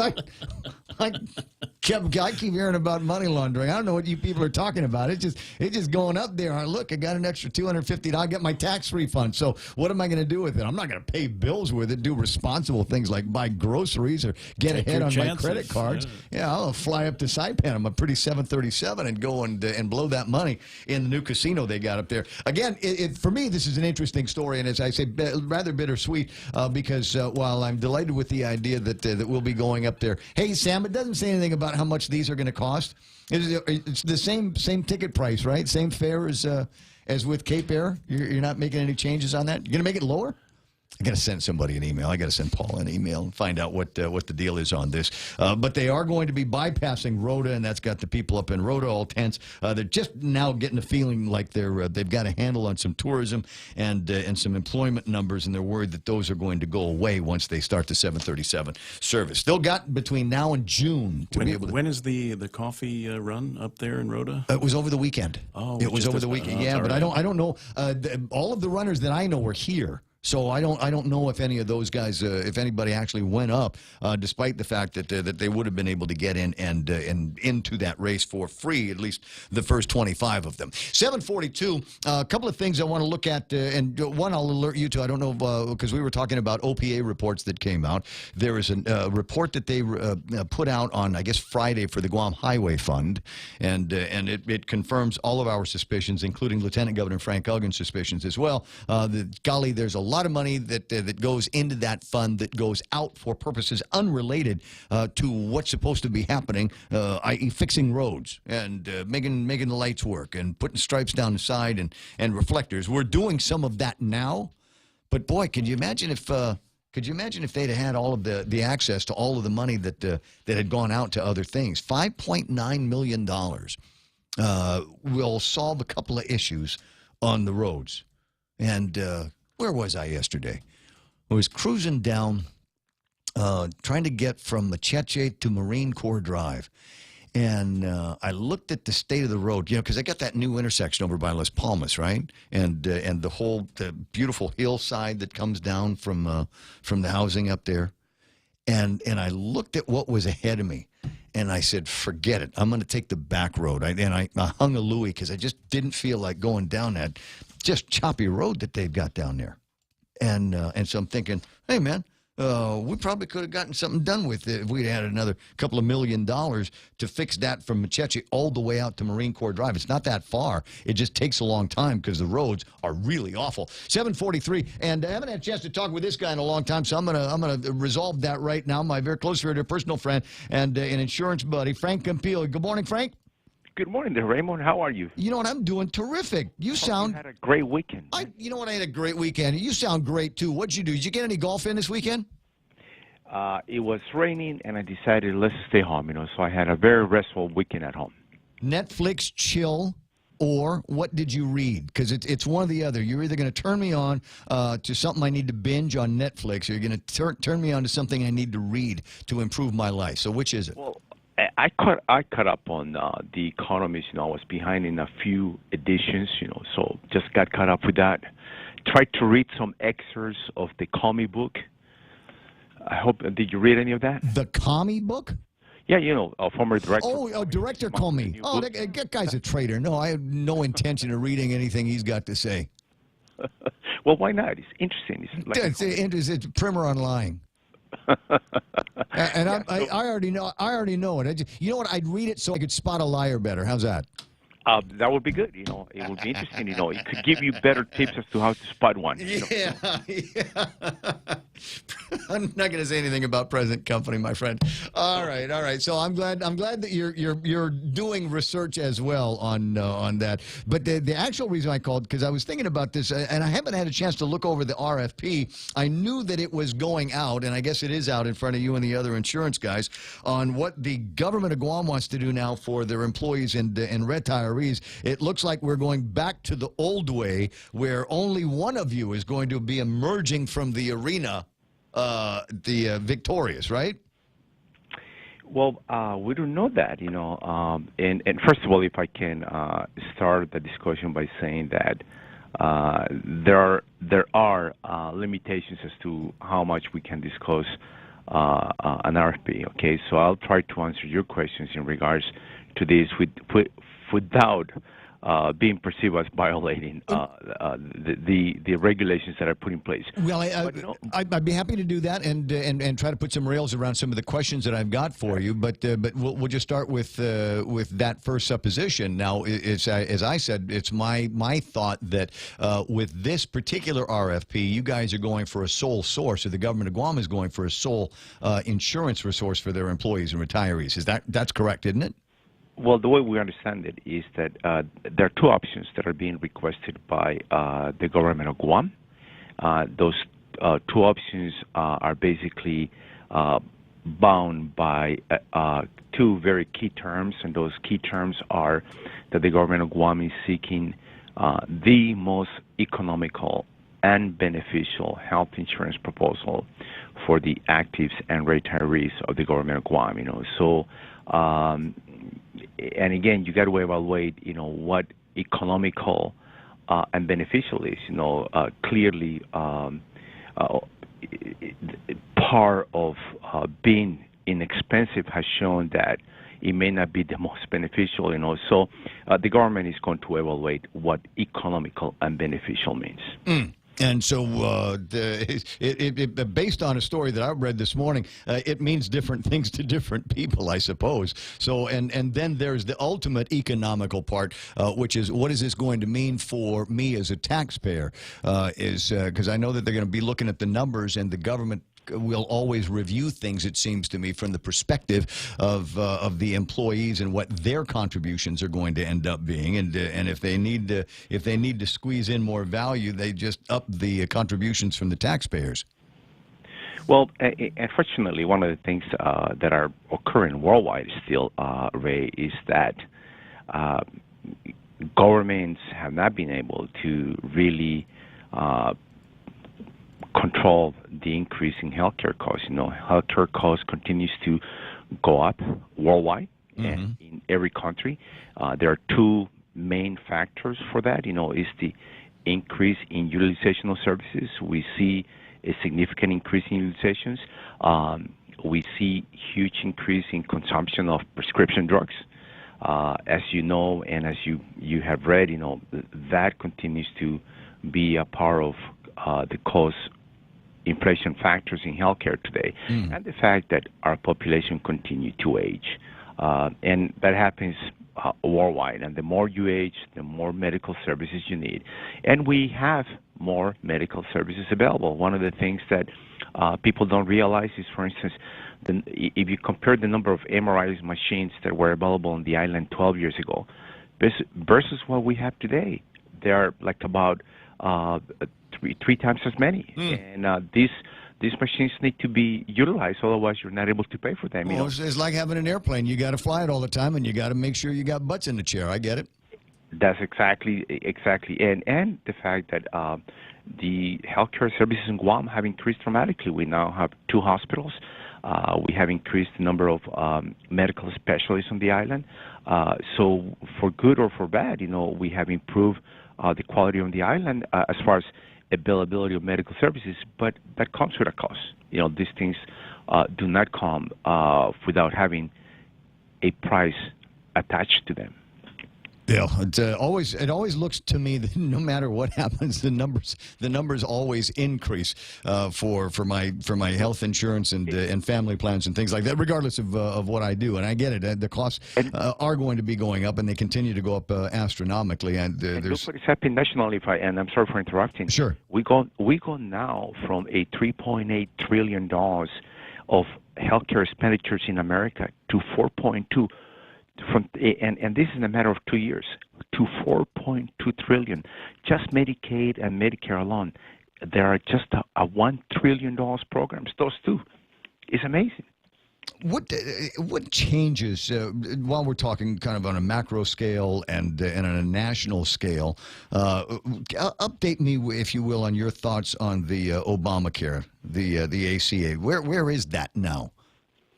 Well, as you probably read, the current administration decided. No, I haven't read anything. That's why I'm asking. So I mean, how much of a factor is it in terms of being able to provide access to health care for the majority of Americans? Is it still a player, or have things changed drastically in the implementation of that program?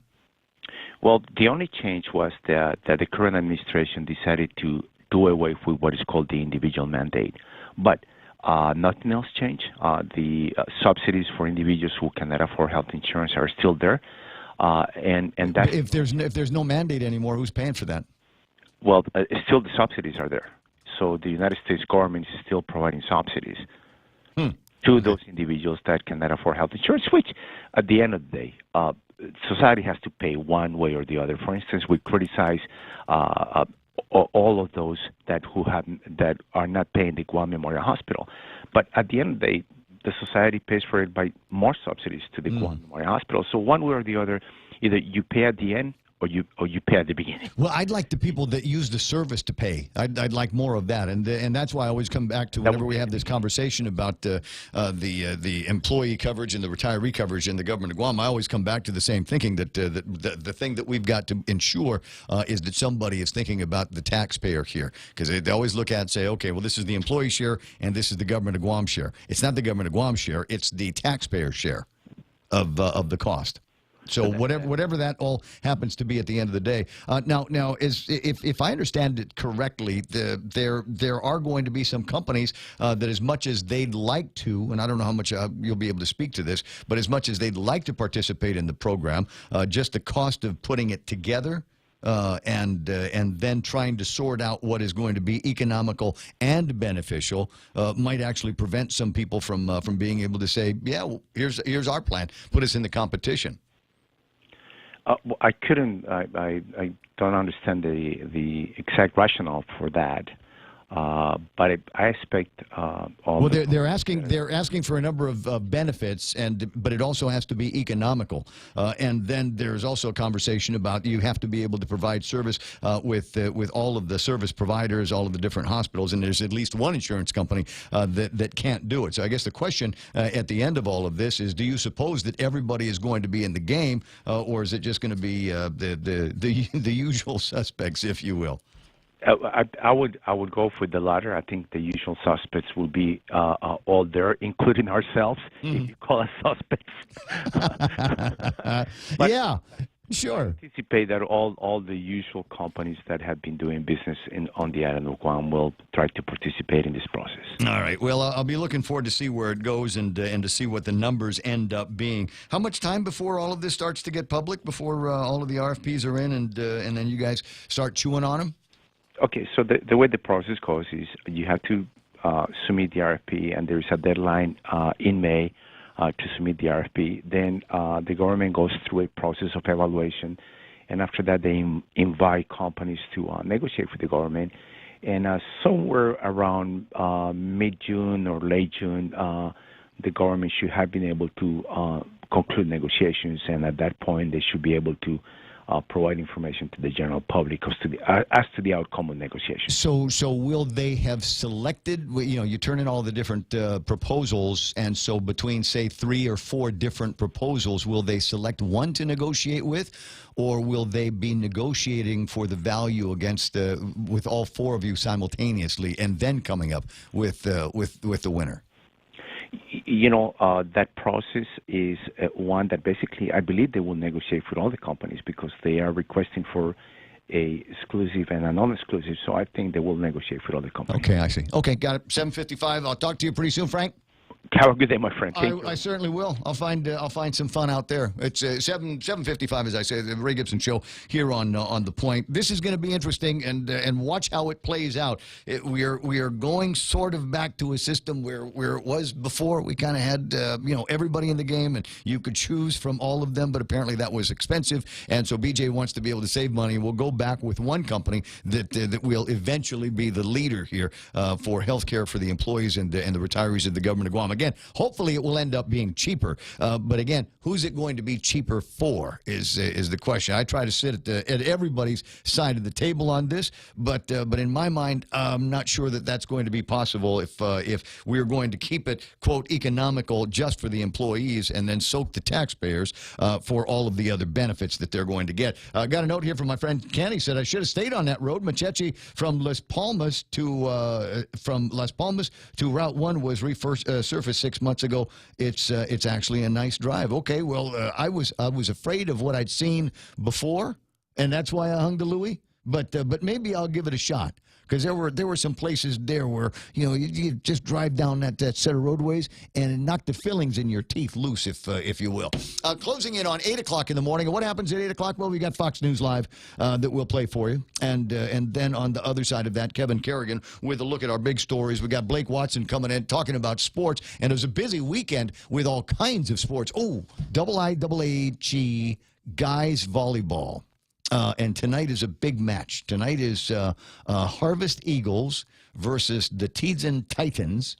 And it was those were the teams that were going for the championship last year. The Eagles won. So tonight is going to be kind of a rematch for teams that are obviously completely different. I mean, they graduated a bunch of guys from both teams last year. And so it'll be interesting to see where the Eagles end up, where the Titans end up in this year's rematch.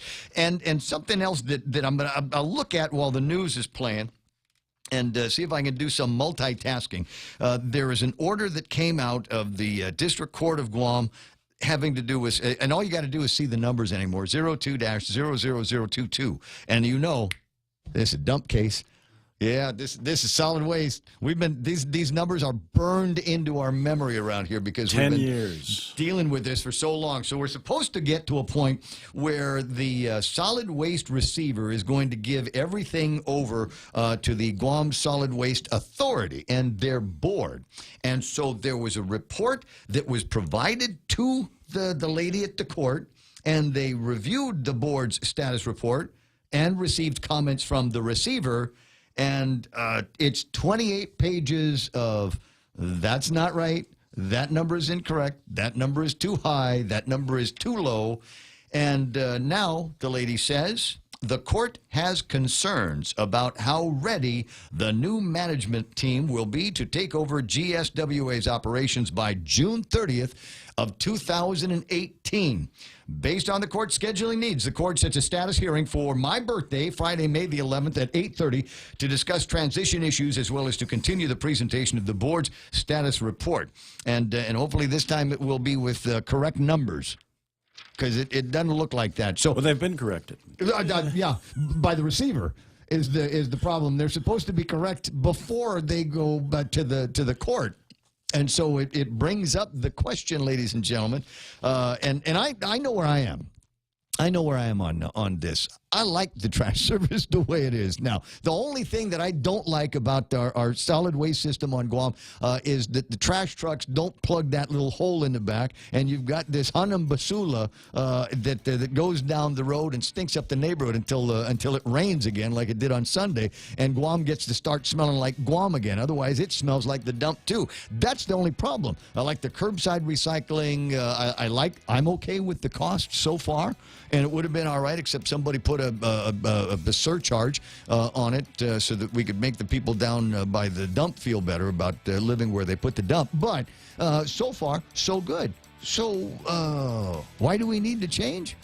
Yeah, I guess we got to figure out how to get out from under the receiver, but I don't know if it's as easy as it sounds to say. And so we'll talk about some of the points that they have corrected as we approach this topic in the next hour of the program. It's 8 o'clock. Fox News Live is coming up next. On the other side of that, Kevin Kerrigan with all the big stories from the Guam Daily Post. Stay right there.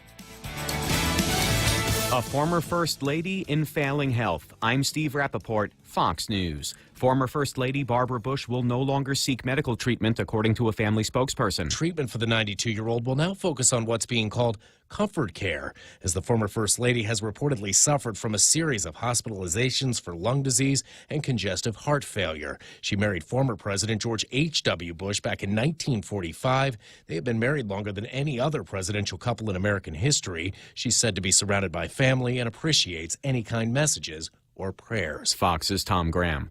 The U.S. planning to announce tomorrow new sanctions on Russia for supporting the Assad regime in Syria. They will go directly to any sort of companies that were dealing with equipment related to Assad and chemical weapons use. U.S. Ambassador to the UN Nikki Haley on CBS's Face the Nation. I think everyone is going to feel it at this point. I think everyone knows that we sent a strong message, and our hope is that they listen to it. The U.S., Britain, and France conducting airstrikes in Syria this weekend following a suspected chemical attack that killed at least 40 people.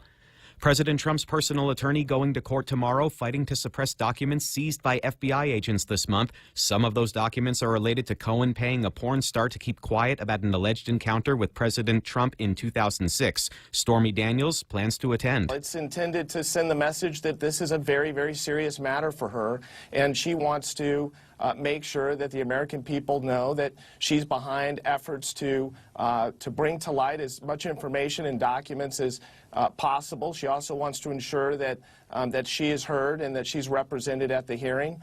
It has nothing to do with getting in his head at all. Her attorney Michael Avenatti on CNN's State of the Union. President Trump denies the affair, and Cohen says Daniels violated the non-disclosure agreement. Daniels, whose real name is Stephanie Clifford, wants a court to void that agreement. Fox News, fair and balanced.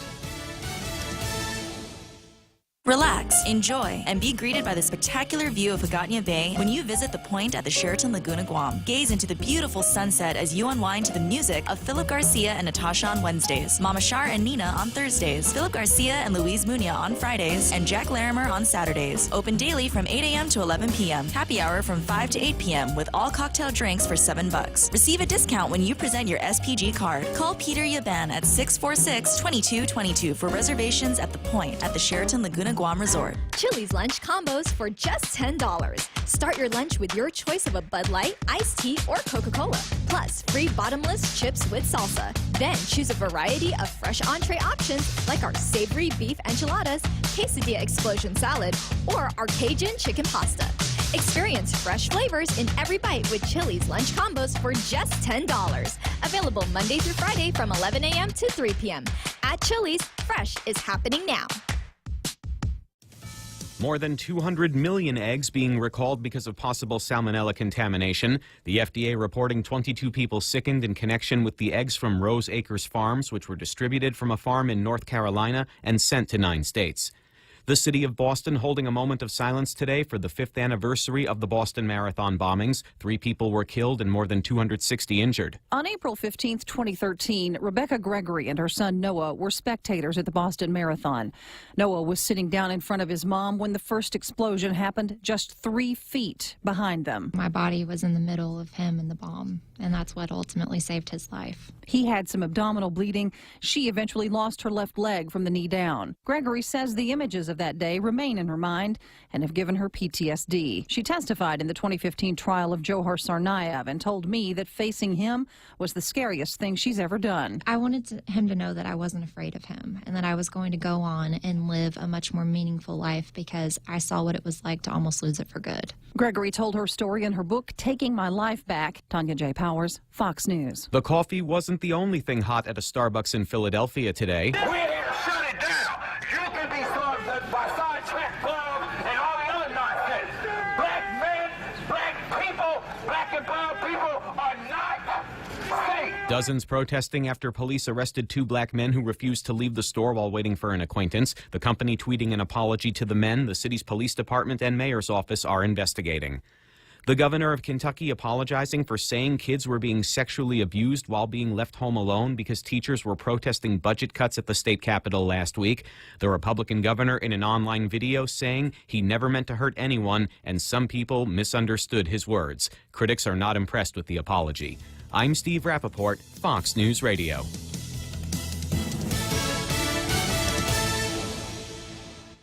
For over 55 years, Community First has served our island as a full-service financial institution. And now, we're proud to introduce the new Community First Student-Run Credit Union, opened in Manila on Route 10, Guam's first student-run financial institution, which means it's operated by college students like us, ready to serve all our members, existing and new. We're just down the road from UOG and GCC. Community First Guam Federal Credit Union, now open in Manila.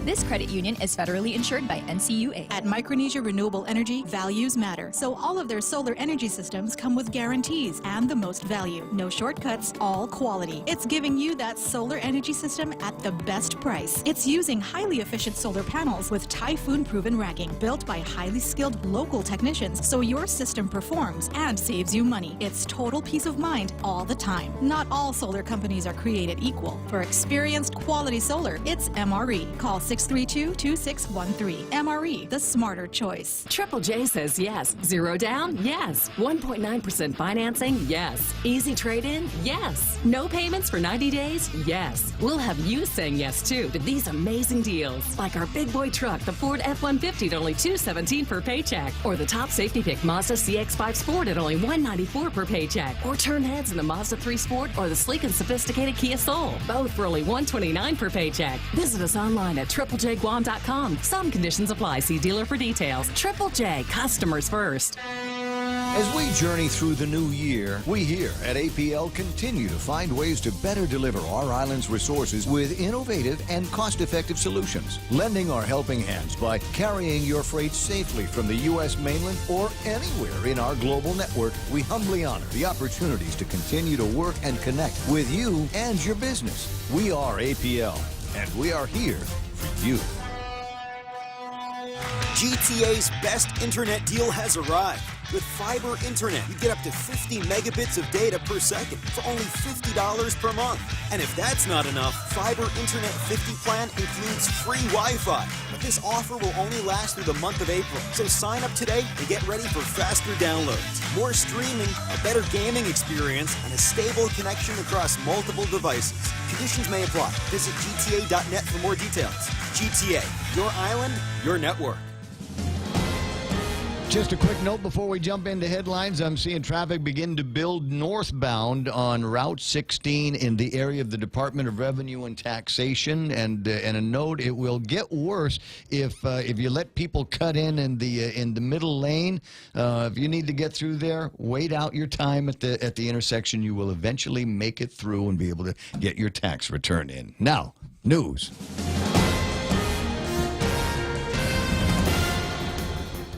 Day and good morning, Guam. News time here at The Point is 8 minutes past 8 a.m. this Monday morning. I'm Kevin Kerrigan. Here's a look now at some of the top stories from the Guam Daily Post. The Northgate Shopping Mall, planned to be built on public property across the street from Guam Regional Medical City, has lost its chance to get funding through a federal loan program. The Guam Housing and Urban Renewal Authority had agreed to commit future community development block grant funds as security for a $12 million loan from private lenders for the construction of the shopping mall. But GURA's executive director, Mike Dueñas, is telling the Guam Daily Post last week that GURA terminated negotiations when it became apparent that the borrower was not able to secure standard risk mitigation measures like pre-releasing, leasing, that is, at least 50% of the space, or getting a letter of commitment from a company that could serve as an anchor tenant.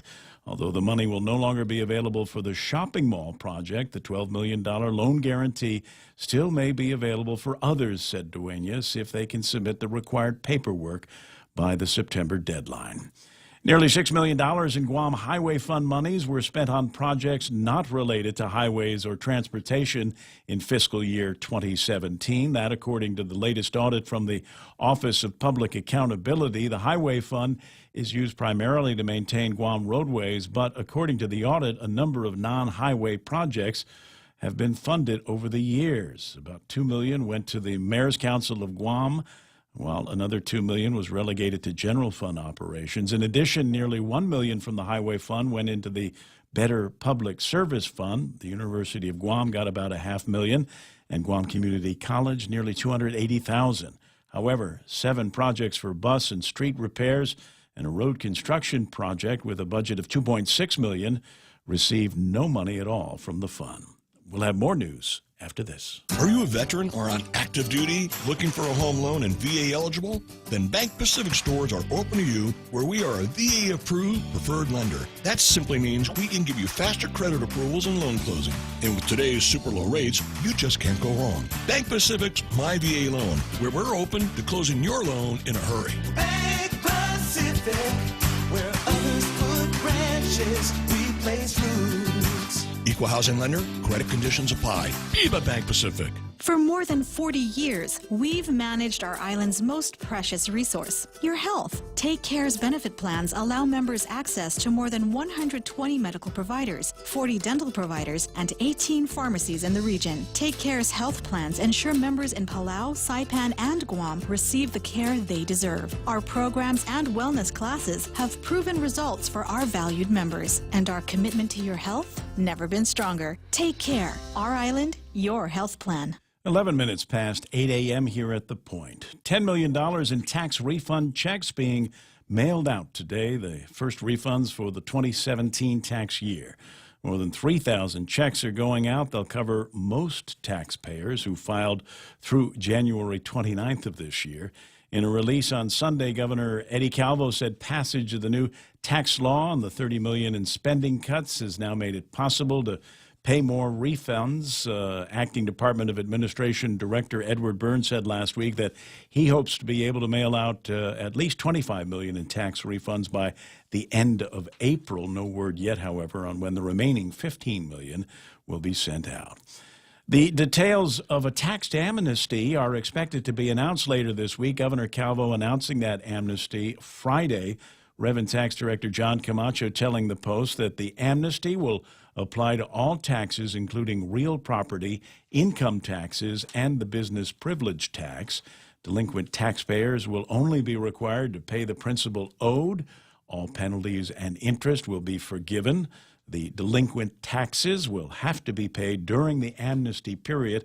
Once it's declared, it'll cover taxes owed through 2016, no amnesty for tax year 2017.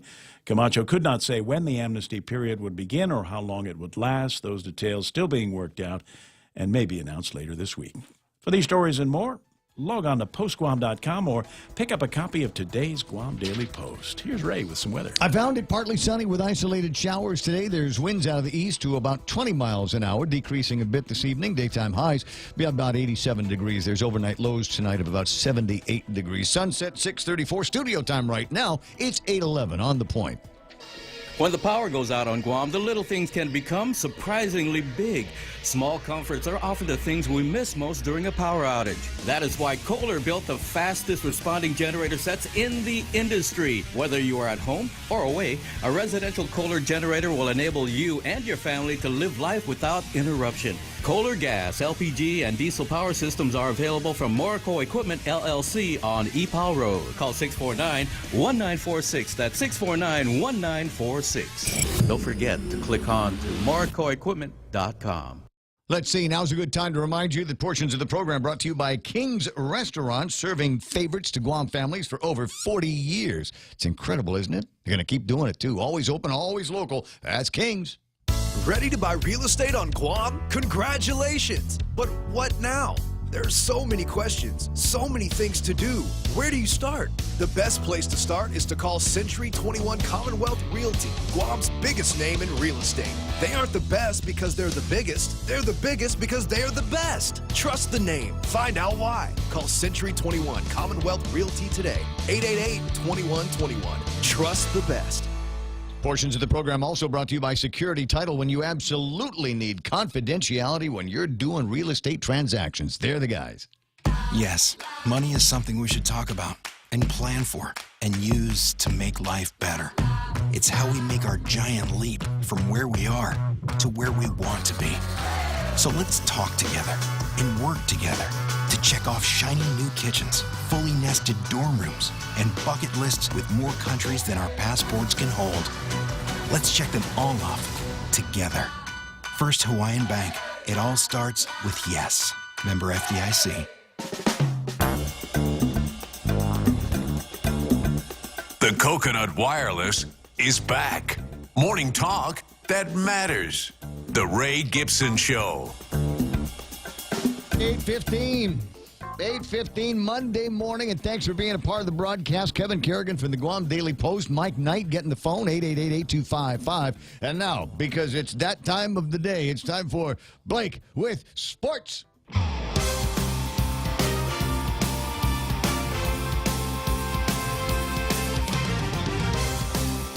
You know, if you didn't get out this weekend, you wasted a weekend. There was just all kinds of stuff to do, all kinds of places to go, and get a sunburn watching somebody do something incredible out there. Did you got some of that in there, right? Mm-hmm. Good man. Good man. I did. I saw some sport. Some sport? Sport. I'm going to say sports because it was all kind of different variations of it, but I just saw sport.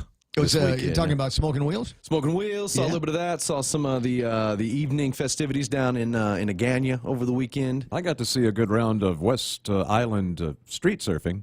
The West Island streets? I'm sorry? Yeah, well, when it rains as hard as it did over on my neighborhood. People took to the water? People start to sleep, yeah. You got to surf. That's the only way you can drive the streets. There's a whole water park across the street. Did they not go there? Well, not when it's raining like that. I got you. We'll sit around and see if we can do this without getting staph infections on every open sore that we have. All right, that's why you want to go to the place with the actual chlorine and lifeguards. And just saying. I almost lost, but it's funny. Sidebar here. I almost lost my my left arm, so from the elbow down to staph infection. Wow. Really? Once upon a time, right? I did. I was young and dumb, and I did not realize that staph infection was your body needs help fighting it off. Mm-hmm. So I didn't take so it was my fault. I would have been fine had I taken the prescribed antibiotics that they prescribed to me, but I didn't take any medicine. Matter of fact, I ditched it, and then I went on like a 2.5, 3 week trip, and I didn't bring my prescription with me. And so when I got back off the trip, my arm... Oh, I want to yell at you now. My elbow had swollen up to bigger than my bicep. You're Christian Science? You don't believe in medicine? Yeah, what's the matter? No, I was. You know what? I was. It was 2004. I had just turned 21. So I didn't have time for prescriptions. I was living on my own. That explains it. 21. Yes. Tide Pod generation. Yeah, right? yeah. I was doing shift work, putting myself through broadcast school, and I took a trip up to Chicago. And I had a lot of fun in Chicago. My first travel trip being of age. Hey, listen, Forgot the medicine at home. There's very little I can say. Anybody that knows me knows I'm the absolute worst when it comes to things like that. No. This is the wrong song. This is the one where everybody yells at me. I don't have the angry music. I'm stupid when it comes to my own health. Anyway, 8:17. Ton of sports going on. Like I said, Smoking Wheels. I have no results from that. I don't have results either. Yeah, it's and in my past, I've noticed that it's difficult because there's so many moving parts to actually get finalized results. Yep. But I mean, I'm sure we may get them by the end of the week, so we'll turn those in. So I had the chance to run I wasn't able to make the Chuck E. Cheese race. Right, okay.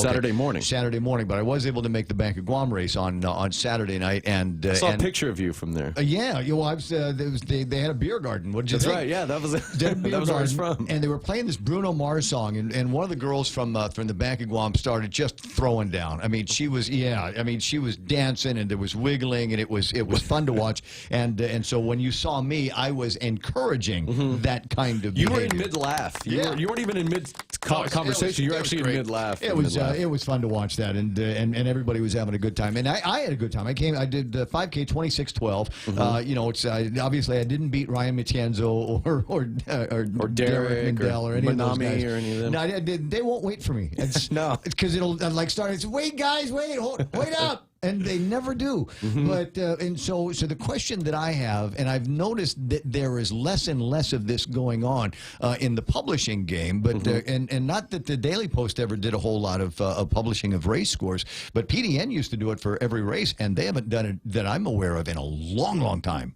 And so I'm wondering, how will I be able to get a check? Because I want to see, how I did versus the entire field? Yeah, the entire field of runners. Yeah, I remember them doing that from time to time. Maybe it's just lack of manpower right there. It takes up valuable space. Yes, the valuable real estate of we can put advertising there or something. But if you want the thousands of runners and their families that showed up to pick up a copy of whatever it is that you're publishing, put my name in it, Right. and then I will tell everybody, go and get a copy of this and see your name and your auntie's name and your uncle's name and Raymond's own name. But if you're not going to publish it, then never mind. So I'm just that's going to be my sports rant for the deal. Okay. And tonight, Double AG boys volleyball. That's going on tonight. Eagles versus the Titans. It's at the Titans. It is a rematch of last year's Where's that one at? championship. Do It's going to be have at that- Titans. It's going to be in Teason? Yeah, in Teason. I want to say usual time.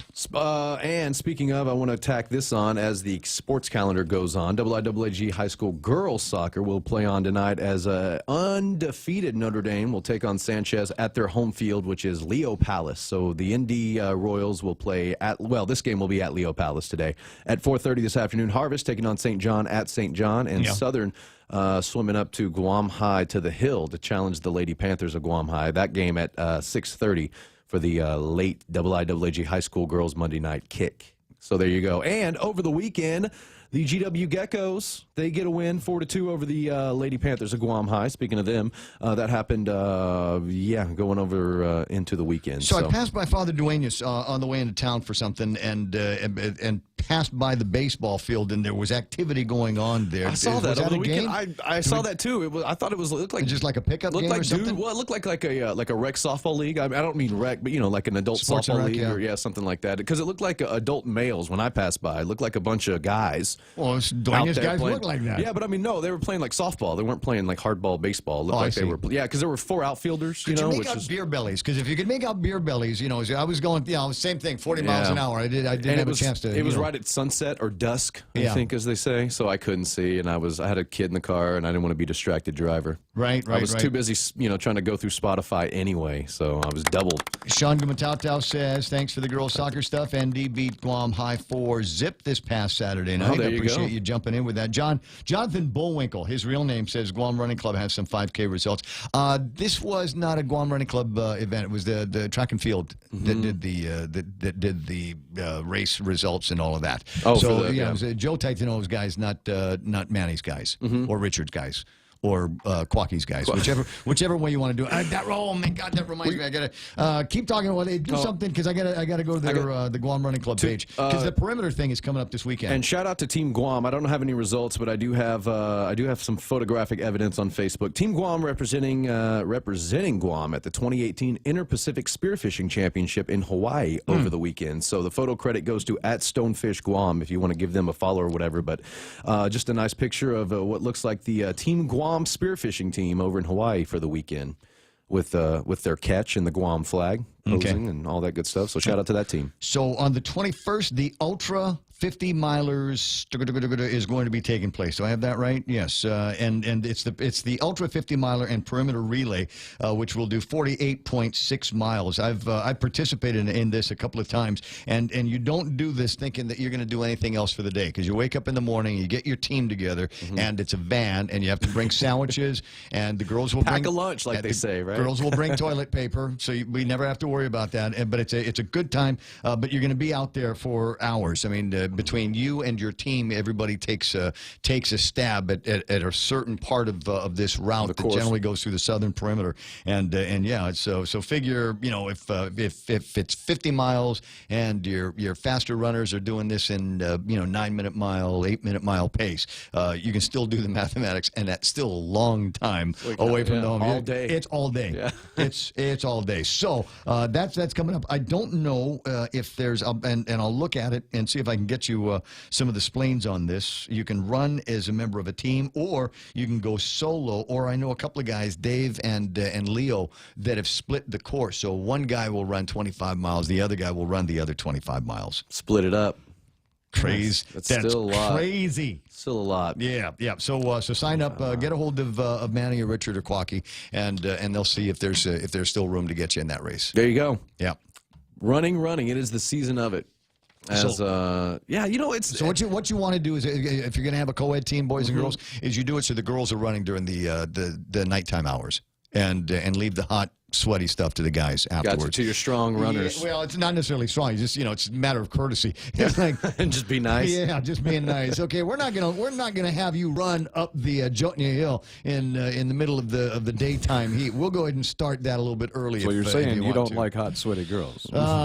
It's just a small van that we're in sometimes. So everybody's. That's true. You got to drive back up. Everybody's in real close proximity with everybody else, and it's that. And what normally happens is we sit around and talk about poo the entire time. Okay. Yeah. It's a runner thing. What can I say? Today's a big day for me. A little just to deviate outside of sports a little bit. Tax refund coming in?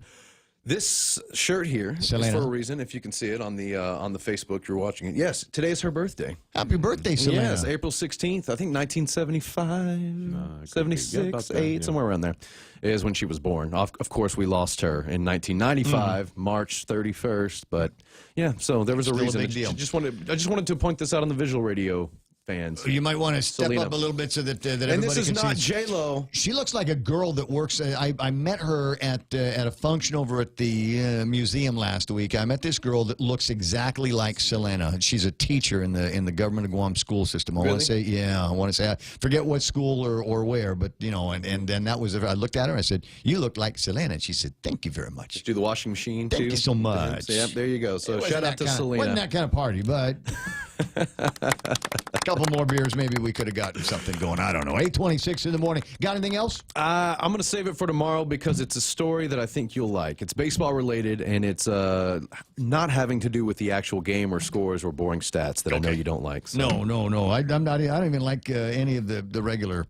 It better be really, really good. Okay. Is there any good national stuff going on? Big UFC fights? We need to know about? They had a fight night on Friday, and it was just a small undercard, so I didn't see in that. I think that they had their big one last week with Khabib, and I don't know. They fought that. And otherwise, the ESPN, the big national thing right now actually going on, which I'm sure a lot of folks here on Island are keeping up with because they are NBA fans, is LeBron just lost Game 1 of the Eastern Conference Finals playoff series against the Indiana Pacers. It was Pacers taking on the Cavaliers. Game 1 in Indiana or in Cleveland. Did they make him play by himself? I guess because they lost bad. It was 98-80. And I mean, LeBron has been to 7 straight finals.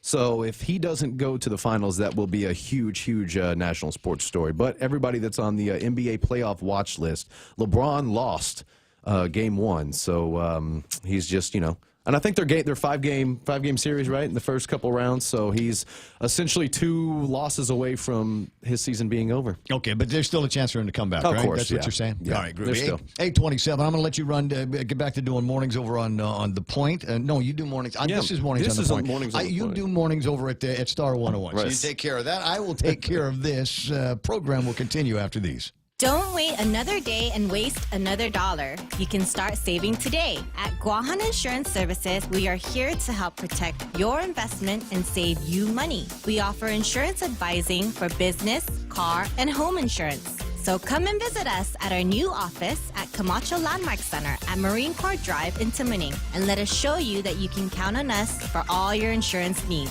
Call 475-1162. Is it traffic? Is it bad traffic in front of Rev and Tax yet? No, but it's. I can see we got bridging at the intersections. It's some of that. And as I said, what will happen is that you'll be in the line of traffic trying to want to get past the place, down the hill, and there will always be somebody in the turning lane in front of the funeral parlor that wants to get in there. And I never let them in because they just passed the intersection over there and didn't want to wait in line, and they want you to slow down everybody behind you by letting them cross your 2 lanes of traffic. So I always pretend like I'm looking for something in the car because I don't want to make eye contact when I'm doing that. You know exactly what I'm talking about. So we're seeing congestion through there. Marine Corps Drive coming out of Dededo and making your way towards Guam Regional Medical City. Looks like you're going to see some slowing down over there. Not seeing anything bad from GRMC onto Marine Corps Drive. Other hot spots that you might want to look out for, the intersection of 10 Alpha. And weren't Mark and I earlier talking about that other intersection that takes you from 10A down to Home Depot. I got a line of traffic that is working through there. Some of the usual spots, you're also seeing some big slowdowns and traffic building Route 14. I'm seeing traffic building on northbound Marine Corps Drive as you make your way towards the ITC intersection. And what is this over in Mighty? Why am I looking at something happening between Island Girl and just before you get to the Old Red Baron nightclub? What's going on there? I've got a line of traffic that's working northbound through there, so maybe a small little fender bender. Don't know. 888-8255. If there's something happening out there, you let me know about that. It's 8:29. Headlines with Kevin Kerrigan next. For more than 40 years, we've managed our island's most precious resource, your health. Take Care's benefit plans allow members access to more than 120 medical providers, 40 dental providers, and 18 pharmacies in the region. Take Care's health plans ensure members in Palau, Saipan, and Guam receive the care they deserve. Our programs and wellness classes have proven results for our valued members, and our commitment to your health never been stronger. Take Care, our island, your health plan. Relax, enjoy, and be greeted by the spectacular view of Hagåtña Bay when you visit the point at the Sheraton Laguna Guam. Gaze into the beautiful sunset as you unwind to the music of Philip Garcia and Natasha on Wednesdays, Mama Shar and Nina on Thursdays, Philip Garcia and Luis Munia on Fridays, and Jack Larimer on Saturdays. Open daily from 8 a.m. to 11 p.m. Happy hour from 5 to 8 p.m. with all cocktail drinks for $7. Receive a discount when you present your SPG card. Call Peter Yaban at 646-2222 for reservations at the point at the Sheraton Laguna Guam Resort. It's 8:29 and time for his last look at headlines from the Guam Daily Post. This is Kevin Kerrigan. Half a day and good morning, Guam. In the headlines from the Daily Post this morning, have you filed your tax return yet? You've got until midnight tomorrow night to do it. Tuesday is tax day. Rev Tax will have 2 satellite locations open today and tomorrow, one at the Hagåtña Shopping Center, the other at the Micronesia Mall. They'll be open from 10 in the morning until 4 this afternoon, today and tomorrow. As always, there'll be a drop box as well outside Rev Tax, where you can file your return up until midnight tomorrow night. Any return filed after that will be considered late. Penalties and interest will apply. The tax amnesty that was declared on Friday, or that was announced is coming on Friday by the governor, that will not apply to the 2017 tax year. The latest audit from the Office of Public Accountability reports that the Guam Visitors Bureau dipped into its rainy day fund and used $650,000 in another attempt to stem the decline in Japanese visitor arrivals to Guam. The audit report released yesterday shows $650,000 was paid to airlines and travel agents as incentives to increase Japan tourist arrivals. According to the report, while the number of Japanese overseas travelers increased by 4.5% last year to almost 18 million, Guam's share continued to drop. More Japanese tourists went to Korea, Taiwan, Hong Kong, Vietnam, and Hawaii instead of Guam, according to the audit report. Overall, Guam's tourist arrivals grew by 3% last year to 1.56 million in fiscal 2017. That was an all-time record for arrivals last year, primarily due to the increase in South Korean arrivals. 5 hikers who were stranded overnight Saturday near Seti Bay in Umatic were rescued yesterday morning, all in good health. They were airlifted to U.S. Naval Hospital Guam by the Navy's Helicopter Sea Combat Squadron 25. They went there for a checkup.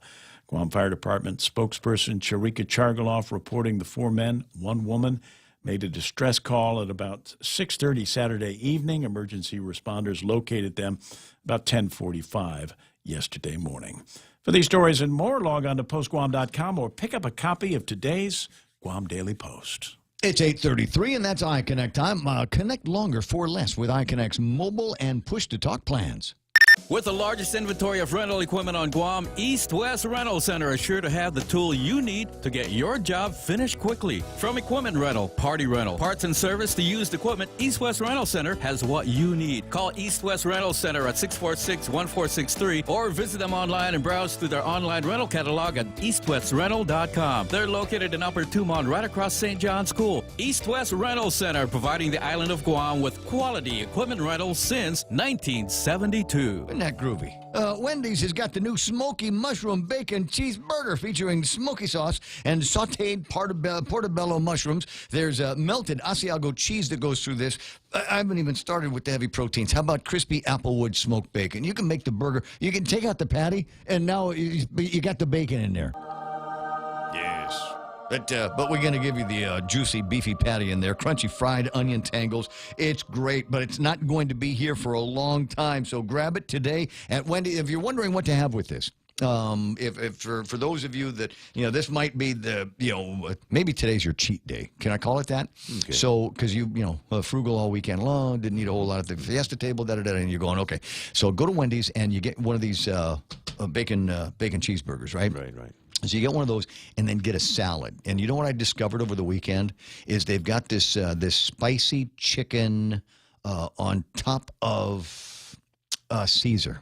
Oh, nice. Oh, nice. It was. Oh, my God. Oh, my God, it was good. I mean, you go, okay, Caesar salad's got all the fixings to it. You got the croutons. And then you're biting into the spicy chicken that goes on top of that. I thought I was in heaven. You've absolutely got to try. And so, I wanted to get the apple pecan. Sure. But the lady said, no, try this. And I said, are you sure? She says, it's my favorite. Okay, I'll take it on your word. And she was right. So I got a new favorite at Wendy's. Every time I travel, there's something from home that I can't leave without. I take my Docomo Pacific Data to Go to share my stories in Taiwan, check subway routes in Tokyo, be my food guide in Hong Kong, meet new friends in the Philippines, make updates in the States, find my way around Korea, and check out all the cool shows in Singapore. It's the data I have in all the places I love for only $10 a day. Data to Go from Docomo Pacific. Better together. Yeah, I guess there's a couple other spots that have got some traffic issues. Route 4 from the Agana Shopping Center towards the Bank of Guam, once you get past that intersection, should be all right until you get over to Route 4. And then coming around the Kipuha Loop, there's a little bit of a slowdown for people trying to get past there. That loopy part to the Chamorro Village. It looks exactly like what it looked like just before the race the other night. What have I got here? Purple Heart Memorial Highway, that's Route 8. Yeah, it still looks like there's a lot going on. As you're making your way between Cars Plus and the entrance to Tidsin. Marine Corps Drive between Pizza Hut and Lone Star northbound has got some congestion. I don't want to call it congestion. Maybe more cars than usual at this time. How's that? And let me just take a quick look at what's happening on Route 16 over by where we're going to keep the Department of Revenue and Taxation. Let me just see if I can zoom in a little bit more on that. Doesn't look so bad now. Looks like some of that might have cleared up. That's good news. So 8:36, that's all the traffic I can tell you about right now on The Point. This time, let's hear it from the first KFC female colonel. Smoky Mountain Barbecue, fried chicken so crispy and sweet. That crispy fried chicken. All right, stop. I can't do this. I thought if I dressed up like a country music legend, it would help KFC sell my delicious new Smoky Mountain Barbecue. KFC, it's finger licking good. The Extra Point with Jerry Roberts of Guam Training every morning on The Ray Gibson Show. When it comes to compensating employees, what do you think a paycheck buys you? Is it their time and talent, or should it be more than that? I'm Jerry Roberts, and at 7:20 a.m. on The Ray Gibson Show, we are going to encroach upon dangerous ground. You can find daily transcripts of The Extra Point by Jerry Roberts at guamtraining.com. Tune in every weekday morning at 7:20 for The Extra Point with Jerry Roberts on The Ray Gibson Show on 93.3 The Point.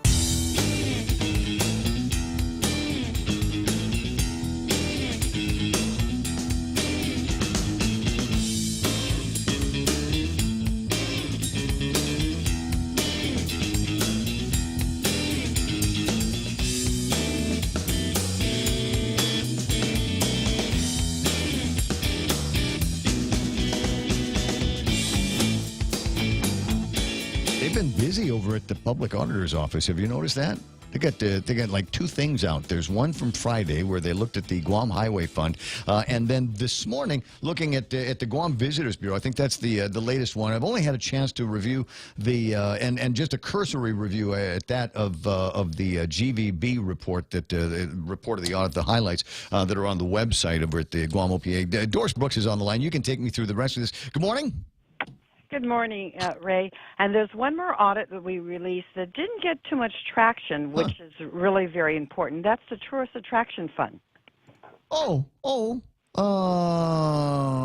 me go back on the website and take another look at that. Yes, because if anything, that is still the bright spot in our economy, because the revenues really have almost doubled in the last 10 years, going from $22 million back in 2008 to now $44 million in 2017.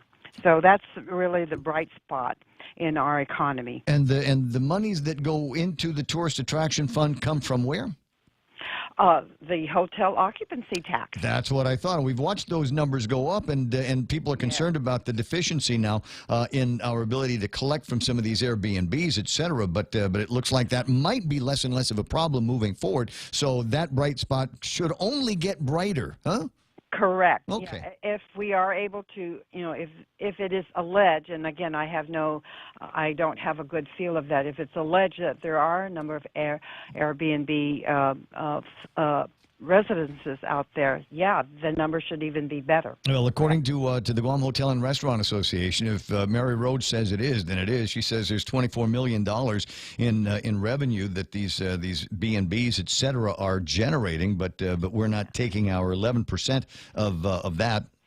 Yeah, so that would be about another couple of $1 million more. Yeah, so it should be good. We just got to keep the numbers coming in, and I guess that will go ahead and sort of tie in with what they're doing over at the Guam Visitors Bureau. They're asking for, and I tell you what, if this program is as successful as it sounds like it is, keeping these charter flights in the air between Japan and Guam, then I don't know that I've got a problem giving them a couple extra $1 million to support their that charter support program they have there. What do you think? Well, from a proportional basis, GVB continues to spend more dollars in the Japan market and trying to shore that up compared to the return you're getting from the Korean market. The Korean market, it was very fortuitous, very good. It helped, offset the decline.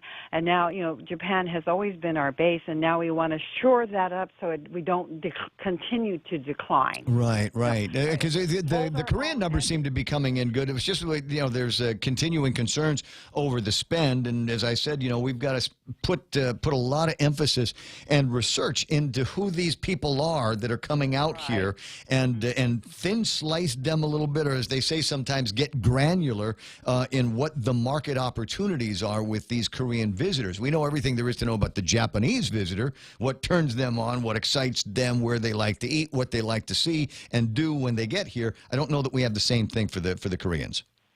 Right. Well, again, GVB is doing a great job in its research, and as a result, all I can say here is, we see it in the numbers. They continue to grow, to increase quite well. Yeah, and they're putting resources back into the product as well. I was at the and it sounds like one of those things where I might have just been chasing a cocktail party afterwards. But I attended the switch party for turning the streetlights in Tumon back on. They went through almost $2 million to get that whole system refurbished. They put some LED lights into the place, and it is now a pleasure to walk and run and just be a guy in Tumon at night, because you can see where you're headed. There aren't as many dark spots as there used to be. Well, Tumon continues to improve, and we need to continue to make sure that product stays that way. There's an interesting, just as an aside, and I'll get back to your to the audit of the highway fund in here in just a second. But did you read that letter to the editor that John Thomas Brown wrote about the quote boutique hotel they're talking about erecting on, I don't know, was it 2.8 acres of land between Louis Vuitton and that chicken place? No, I did not. I apologize. Yeah, I mean, if you get a chance, read it, and then take a look at some of the artist renditions, because I know that piece of property because we complained for years about the burned out hulk of the old shooting range that was down there, and they finally cleaned that off. So now they're talking about putting, what is it, 21-story, 300-room hotel, and a little tiny spit of land. And the other one I've been waiting to see when it will be operational is that so-called shopping center right across the Fiesta. Because I'm not sure yet that has opened up also. Oh, I don't know. I'm not sure whether they've got the tenants that they need for that. I think they're also looking around for an anchor. Didn't that plan originally call for a multi-story building? I think it was supposed to be big enough, literally. Honestly, from here, I would be able to reach out and grab one of the rails of the building from where we are in this building. Because it was supposed to come up. Yeah, and it looks like it's finished, but we haven't heard anything as to when the ribbon cutting to announce its opening. I don't know. Sure see a lot of construction and water stuff happening down around the front of it, but never anything on the inside of the property itself. Let me see if I can track. That's an interesting question. Let me see if I can track that down from somebody before the end of the day. All right, getting back to the Guam Highway Fund, and you and I have been, I think, vocal critics of this over the course of the years. All of the dollars that go into the Guam Highway Fund that actually should be being used to support repairs and maintenance of the roadway and the roadway infrastructure, and it ain't happening. That's right, and in the 27 audit showed that, again, a lot of it's just used for operations. Very little, if any, money went into capital improvements of the roads. Now, I do hear Glenn saying that in this fiscal year right now he got about $2 million from the governor and someplace else. So it certainly didn't come from the highway fund because pretty much the same obligations are committed. You know, the mayor's council, the Better Public Service Fund, and that's a code word for Department of Revenue and Taxation. We've got the ongoing obligations to UOG, GCC. So those are, and that totals a little over, just about $6 million, just under $6 million that are going to, quote, non-highway or non-transportation areas. Previously, we had mischaracterized an amount going to Department of Education, but it's DOE bus operations that are also being funded out of the highway fund. But is the fund originally imagined to be a bus operations fund? Had that always been what the money was supposed to be earmarked for? Or is that the interesting wrinkle over the years? Is that we're now using that the highway fund money to support transporting the kids to school, as opposed to other funds and other appropriations that should be coming from the government? As far as I can recall, and I haven't looked at the actual enabling legislation in a while, but but bus operations has been funded from this fund. I mean, it's called Highway Fund, and so I guess a lot of transportation-related expenditures are going there. Because the bus operations for DOE is just under $5 million. We're also funding the mass transit system. That's another $3.5 million or so, and then of course the highway transportation division of DPW is also being funded from there. So there are a number of highway or transportation related, but the actual amount going into what I call capital improvement or maintenance is not being funded from here. Very insufficient. Very insufficient. Well, you and I, we drive on the same roads and we see the same things. And Route 16, Marine Corps Drive. There's drunk. Once upon a time, took out the chain link fence that would lead up the sidewalk towards Tumon, and that's gone. And it doesn't look like anybody's ever going to go back there and do the couple of $300 worth of pipe and chain link fence repairs that need to get done on that. So I can see some Korean kid walking up there with his parents and then falling into Marine Corps Drive traffic because there's no way to prevent it up there.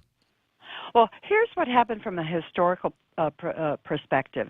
Back in 2011, when the Highway Bond Fund was paid off, That was about $7 million or thereabout, $6 to $7 million thereabout of annual debt service.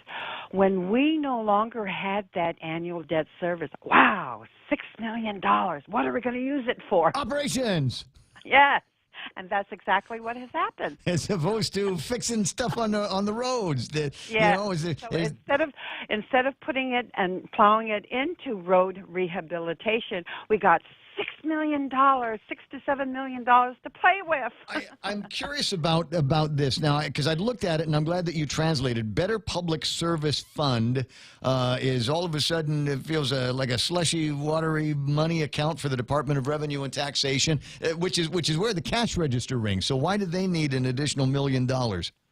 Well, they've always been, hey, they got to pay for the overtime and the people who are manually inputting into a manual system. I knew that'd come up somehow. I knew that would come up. So that's where it comes from is the roadways. How did they make the what's the word? How do we do the justification here? What legislative acrobatics did they have to do to be able to say we'll take money out of the highway fund and give it to the Department of Revenue and Taxation and quote the Better Public Service Fund? How has my life been improved as a result of this fund's existence?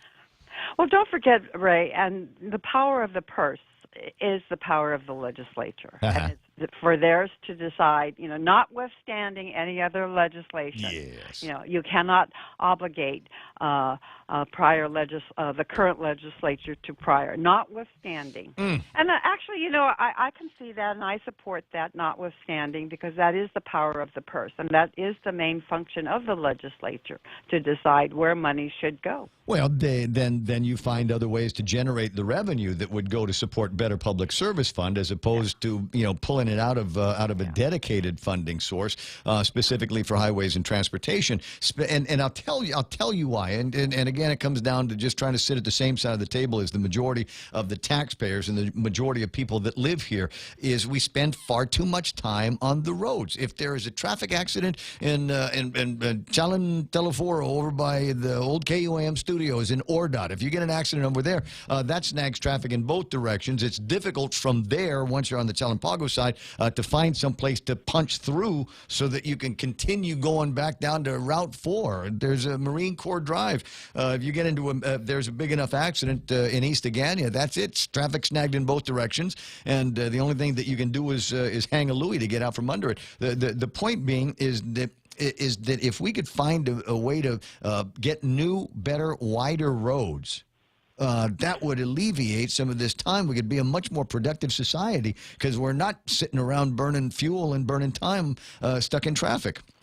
I hear you, Ray. And, I'm from Inarahan, and periodically when we go down to Inarahan, I can remember those roads, in high school. And that main road has not been refurbished. And, there's certain isolated areas like Jeff Pirates Cove and a few little areas like that. But the overall highway has not been updated in over 50 years. And the people, every now and then you hear the people of Inarahan screaming, and I don't blame them because the wear and tear is further added by the Guam solid waste transportation trucks, because they do, heavier trucks do have a faster wear on the highways, and so that's why these things have to be rebuilt. I hear you. Yeah. But let me just tell you, just so you have a better perspective, what has happened. The general fund used to be the main fund. We only now have Section 30 income tax and gross receipts tax. All of the other special revenue funds have been diverted for certain so-called pet projects. This fund and that, like the real property tax, and rightly so, has, goes to a lot to education, but we don't have audits of those funds. And lately I've been asking, that these funds the annual audit be funded out of the fund rather than from the general fund, because, the general fund is, funds a lot of main operations, but other than those three main taxes, that's all it has. And whereas all the other so-called special revenue funds have been diverted for special purposes. Right. That's why we have over 100 different other special funds. And to keep track of that requires a lot of time and effort on the part of Department of Administration. Weren't they supposed to give the senators read-only access to some of the account balances in those special funds? They do have that. A report does come out showing what the cash balances are in those funds. And some of those funds have bigger cash balances than the general fund because, some of the funds, like I'll give you an example, like the cancer fund. Okay, they're not spending the money fast enough, versus the revenue. And this is where I think we need to take, in this time now, take a look at whether or not should 100% of that fee go there, or should it really be going back to the general fund? Well, you put the onus on the people that would eventually use it, and say, all right, well, this fund here needs to be $10 million a year. After $10 million a year, if we don't have anybody coming for it, anything excess to the $10 million, we will appropriate to another special fund. We'll find a way to spend that money for the benefit of the community, hopefully in line with the goals of those dollars. Correct. But it has to be a use it or lose it. We can't just keep amassing money into this fund and nobody use it. That's not the highest and best use of money is to park it in a bank, not for the government. That's right. Whereas one side is it's robbing Peter to pay Paul, whereas another fund has is flush with cash. Well, I was just talking with Tom Shea this morning. He'd love to be able to. I mean, if they weren't using the money for a specific cancer fund or a cancer project or the cancer care people or whoever it is that are beneficiaries of these dollars, if there's an excess of that, then give it to somebody that can use it. You need to build a new birthing center at GMH. Let's put a new birthing center at GMH. And don't get me wrong; those programs are have valid public use, But when you're not spending the money fast enough and you're accumulating, that's the concern that I have when others are screaming because there is not enough money. When's the next time you're going to take a look at the 911 fund? Do you know? Is there an issue? Well, we haven't updated the 911 in a long time. Take a number. Take a number. It's a little trickier than that. It's just that there's, you figure everybody in the world now has cell phones, and a significant amount of what I get charged to pay for my cell phone will go into these funds. Correct? The 911 fee or enhanced 911 fee, and so I'd kind of like to know what the status of that is. How much over the years? How much money has come in? And where's it going? Because if you think about the 911 system that we have, I think we're like a couple of generations back from what state of the art is, right? Yes, The last time I recall the issue with the 911 is when you called on a cell phone, they couldn't track you. You had to call from a landline. I'm not sure if that has now been updated, but that was the concern we had. And that was about 6 or 8 years ago when we did last look at that. So I guess you're right. It's probably time for us to take another look. So thank you for bringing it to my attention. Just for fun here, and a note from Denise on the online chat. She wants to know, why is the Guam Election Commission interested in Doris Brooks, which would lead me to the question, are you the reason why they went into executive session? I hope not. The letter really came as a surprise, and because my expenditures haven't changed, I've written back to them, so I'm waiting for their reply. Okay, and we are waiting for them to come up with some reason why they went into executive session. They have not indicated, they just did, and have not even indicated when they were going to meet again or when there was going to be some kind of announcement of the disposition of whatever case that they were looking at. Yeah, the law is very broad. It's not nearly as, and I compared my expenditures to the federal expenditures, and they were in line, so I'm not sure. But again, Guam's law needs probably more definition right. or guidance. Yeah. I used to know somebody that would be great in the legislature, but she's the public auditor now, so I don't want to give her put too much more on her plate other than what I've already done today. Doris, it's always great talking with you. I appreciate the reports. It's always great talking to you. Have a great day. I promise you I will. I like the idea that there's reports coming out so that we can take a look at it, and this is among the reasons why you got guys like Senator Frank Uggan that are up in arms now, saying, I used to support all of these before, but golly, now it's terrible. We've got the additional dollars that that are coming out of this liquid fuels tax, and we want to make sure that those dollars go to the actual roadway projects. It doesn't matter to me what road you're on right now. You are within a half mile, 3/4 miles of a barricade that some drunk plowed into in the middle of the night, and now it's this twisted piece of metal at the side of the road that is going to be there forever. It will be like that forever. There's supposed to be mechanisms. There's supposed to be ways that that the Department of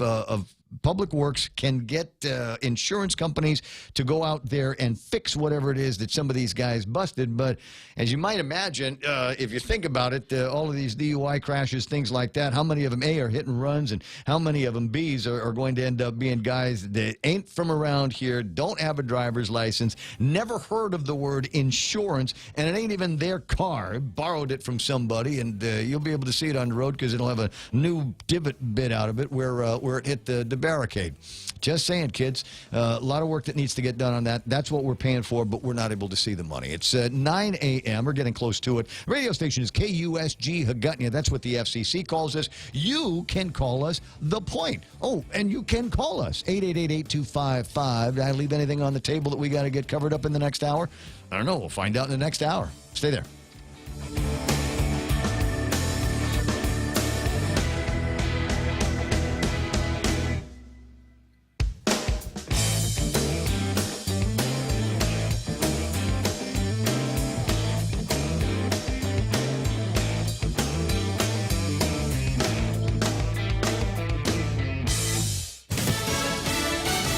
Her health takes a turn for the worse. I'm Steve Rappaport, Fox News. A former First Lady says no more treatment. Barbara Bush is said to be in failing health. That's according to a Bush family spokesperson. The treatment for the 92-year-old will now focus on what's being called comfort care, as the former First Lady has reportedly suffered from a series of hospitalizations for lung disease and congestive heart failure. Fox's Tom Graham, the spokesman, saying Mrs. Bush is surrounded by family and thankful for all of the kind messages and prayers. The Trump administration hitting Russia with new sanctions tomorrow for continuing to support the Assad regime in Syria. U.S. Ambassador to the UN Nikki Haley on Fox News Sunday. The military strikes did not have to happen if Russia had not covered for Assad. 6 times they vetoed chemical weapons resolutions related to Syria. And this last resolution that they had, they only had 3 votes out of 15. The international community is telling Russia that either you make a decision on how you act and when you act, or the rest of us will make a decision in isolating you. The Pentagon touting this weekend's missile strikes against Syria's chemical weapons facilities as successful. Over 100 missiles were fired from ships, submarines, as well as from U.S., French, and British airplanes positioned from the Mediterranean Sea to the Persian Gulf. All 100 plus hit their targets. Satellite photos show the targets were obliterated. There were no coalition casualties, a not insignificant factor considering the abundance of anti-aircraft batteries in and around Damascus. Fox's Doug McKelway. Mea culpa from the governor of Kentucky. For those of you who have been hurt, it is my absolute sincere apology to you. Republican Matt Bevin apologizing for a comment he made while teachers protested budget cuts at the state capitol. Bevin saying children were being sexually abused because they were left home alone. Bevin adding he didn't mean to hurt anyone. Fox News, fair and balanced. In illness and in wellness, Calvo's Select Care is health care that is there for you. That's why over 80% of the Guam medical community places their trust and insures with us. We offer our members wellness and fitness programs for a healthier lifestyle and provide a comprehensive medical network on and off island to help members from unexpected illnesses. Contact Calvo's Select Care today for more information.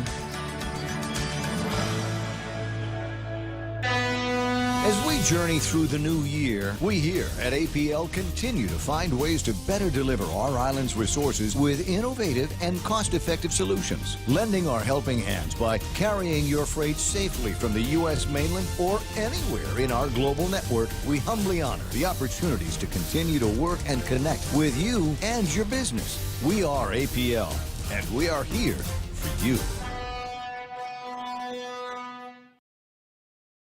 Kids, buckle up for more information.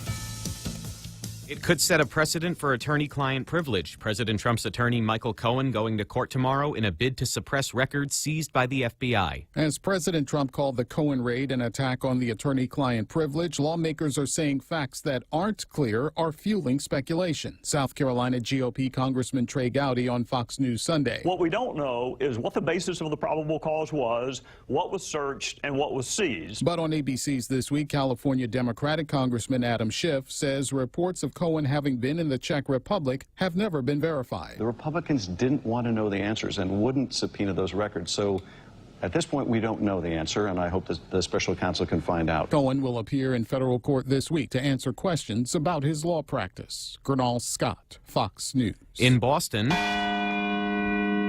a moment of silence and other tributes on the 5-year anniversary of the Boston Marathon bombing. 3 people were killed, more than 260 injured. A spring snowstorm heading east after dumping more than 2 feet of snow on parts of the upper Midwest. The storm system blamed for at least 3 deaths. This isn't the type of Happy Meal that a hungry customer had in mind. The Norris family in Houston on Friday night decided to get some McDonald's for dinner, but when they got home... As soon as I opened it, there was marijuana sitting right on the top inside of a sandwich bag. And obviously stunned Charlene Norris, who was about to serve the meals to her kids. They immediately contacted the location about what happened. They said someone had taken their food by mistake, then gave it back to the restaurant, and then it was given to the Norris family as they were waiting in the drive-thru. It didn't all add up, so the Norris family took their own measures. We called the police. The McDonald's location did give them a full refund and a new meal. Still no explanation on how the mystery marijuana ended up with the burgers and fries. Fox's Jim McKay. I'm Steve Rappaport, Fox News Radio.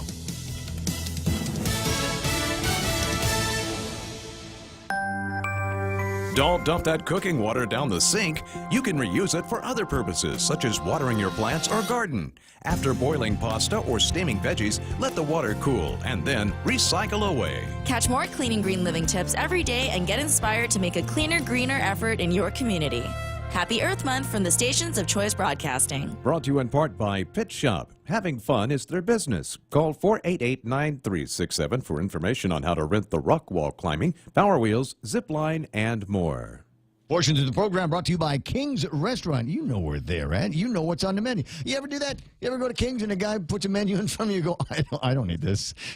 How many restaurants can you go to and say that?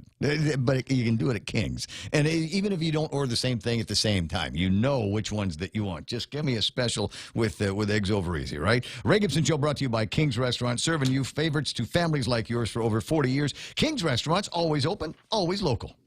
Every time I travel, there's something from home that I can't leave without. I take my Docomo Pacific Data to Go to share my stories in Taiwan, check subway routes in Tokyo, be my food guide in Hong Kong, meet new friends in the Philippines, make updates in the States, find my way around Korea, and check out all the cool shows in Singapore. It's the data I have in all the places I love for only $10 a day. Data to Go from Docomo Pacific. Better together. It's time for a Cold Stone break. Try the new strawberry shortcake and fresh lemon pie ice cream. Mix them with your favorite fruits, nuts, candies, or even golden Oreo cookies. And people say, Ray, where does the gold come from for the golden Oreo cookies? These came from gold that was smuggled out of Nazi Germany at the end of the Second World War. Very few people know about it. That's why these are so rare and so tasty. Cold Stone Creamery at the Guam Premier Outlets and the Micronesia Mall. So you want to buy a house, but you don't know how much you could borrow. So what do? Well, you come to Bank Pacific and get pre-qualified. Sit down with one of our home loan specialists and let us see how much we can lend you so you know how much you can spend on your new home. Bank Pacific, where we're open to closing your loan in a hurry. Bank Pacific, where others put branches, we place roots. Equal housing lender, conditions apply. Come pre-qualify today. Stop by any Circle K today and overload your For Real. It's simple. Pick out your favorite For Real shake, blend it, and then mix and match any 2 toppings for only $1. Overload your For Real with a variety of sweet treats like Oreo cookies, gummy bears, classic M&Ms or peanut M&Ms, and Reese's peanut butter cups. Simply add them to your For Real shake for an overload experience and enjoy. For Real Overload, only available at participating Circle Ks. Circle K, take it easy. At Micronesia Renewable Energy, values matter, so all of their solar energy systems come with guarantees and the most value. No shortcuts, all quality. It's giving you that solar energy system at the best price. It's using highly efficient solar panels with typhoon-proven racking, built by highly skilled local technicians, so your system performs and saves you money. It's total peace of mind all the time. Not all solar companies are created equal. For experienced quality solar, it's MRE. Call 632-2613. MRE, the smarter choice. The Ray Gibson Show, your new News Talk headquarters. Call now, 888-TALK. That's 888-8255. I'm so glad we give you that telephone number. Keep that handy. Keep it in your head. Memorize that. This is your new morning habit, yes? Find me, 93.3, and then call with your topics. What did you hear over the weekend? What did you hear over the weekend? You know what I heard over the weekend? And I would have said it earlier, except I forgot I'd heard it. But the guy from the Department of Interior is supposed to be coming out here in a couple of weeks. And you're going to go, what guy from the Department of Interior? The boss of the Department of Interior. There's supposed to be this big Micronesian leaders summit kind of get together, and they're going to be coming out. I forget what it is that he's coming out for. I got early word on it yesterday, and the original reason, in my mind, sounds like boondoggle. Just it's still cold in Washington D.C., so let's go to Guam. Let's go to the Pacific. Let's see what it's like down there. And so I think that's the overriding reason is for them to come out here. But it gives us a shot at maybe getting together with these guys and start talking about something that is important to this community, and that is compact impact. And you might see, I think the PDN had the story about we're just not good yet at being able to surveil, if you will, to gather the information that we would then send to the federal government via the Department of Interior or whoever and say, look, these are actual real numbers of what it costs us to take care of these compact migrants. They're coming in here and they're getting health care. They come in here and sometimes they get in trouble and we got to keep them in the clink, and that costs money. And they come here and they got kids. And if you're a kid on Guam, you got to go to school. And so there's an additional cost on top of that. And so how do we line up compensation for all of this? What's the mechanism? And I remember a GAO report a couple of years ago that came out and pinpointed among the problems. And a lot of it is just data gathering and then the presentation of that data. You got to do it, apparently, because it's the federal government and it's Guam asking. I think sometimes I get that feeling like if it was anybody else asking, the answer is always, yeah, don't worry. But when it's us, they say, oh, no, oh, not you. And you have to make sure when you're asking, you better make sure that all your numbers line up the way we want them to line up. Okay, well, what's your required form? We don't have one yet. We're not going to tell you. As I say, sometimes I think, some programs are a little bit easier to get through than others. This one certainly is. So it'll be nice if this guy gets out here and can sit down with the movers and shakers around here and realize what a burden it is, although I suspect that certainly at the Department of Interior, they get it. They get it. Oh, can we do something with the EITC? Can we do something with that as well? And then recalibrate the Medicaid numbers so Benita Manzanita is cool with being able to bill you guys for everything that we're doing at GMH. There is this as well.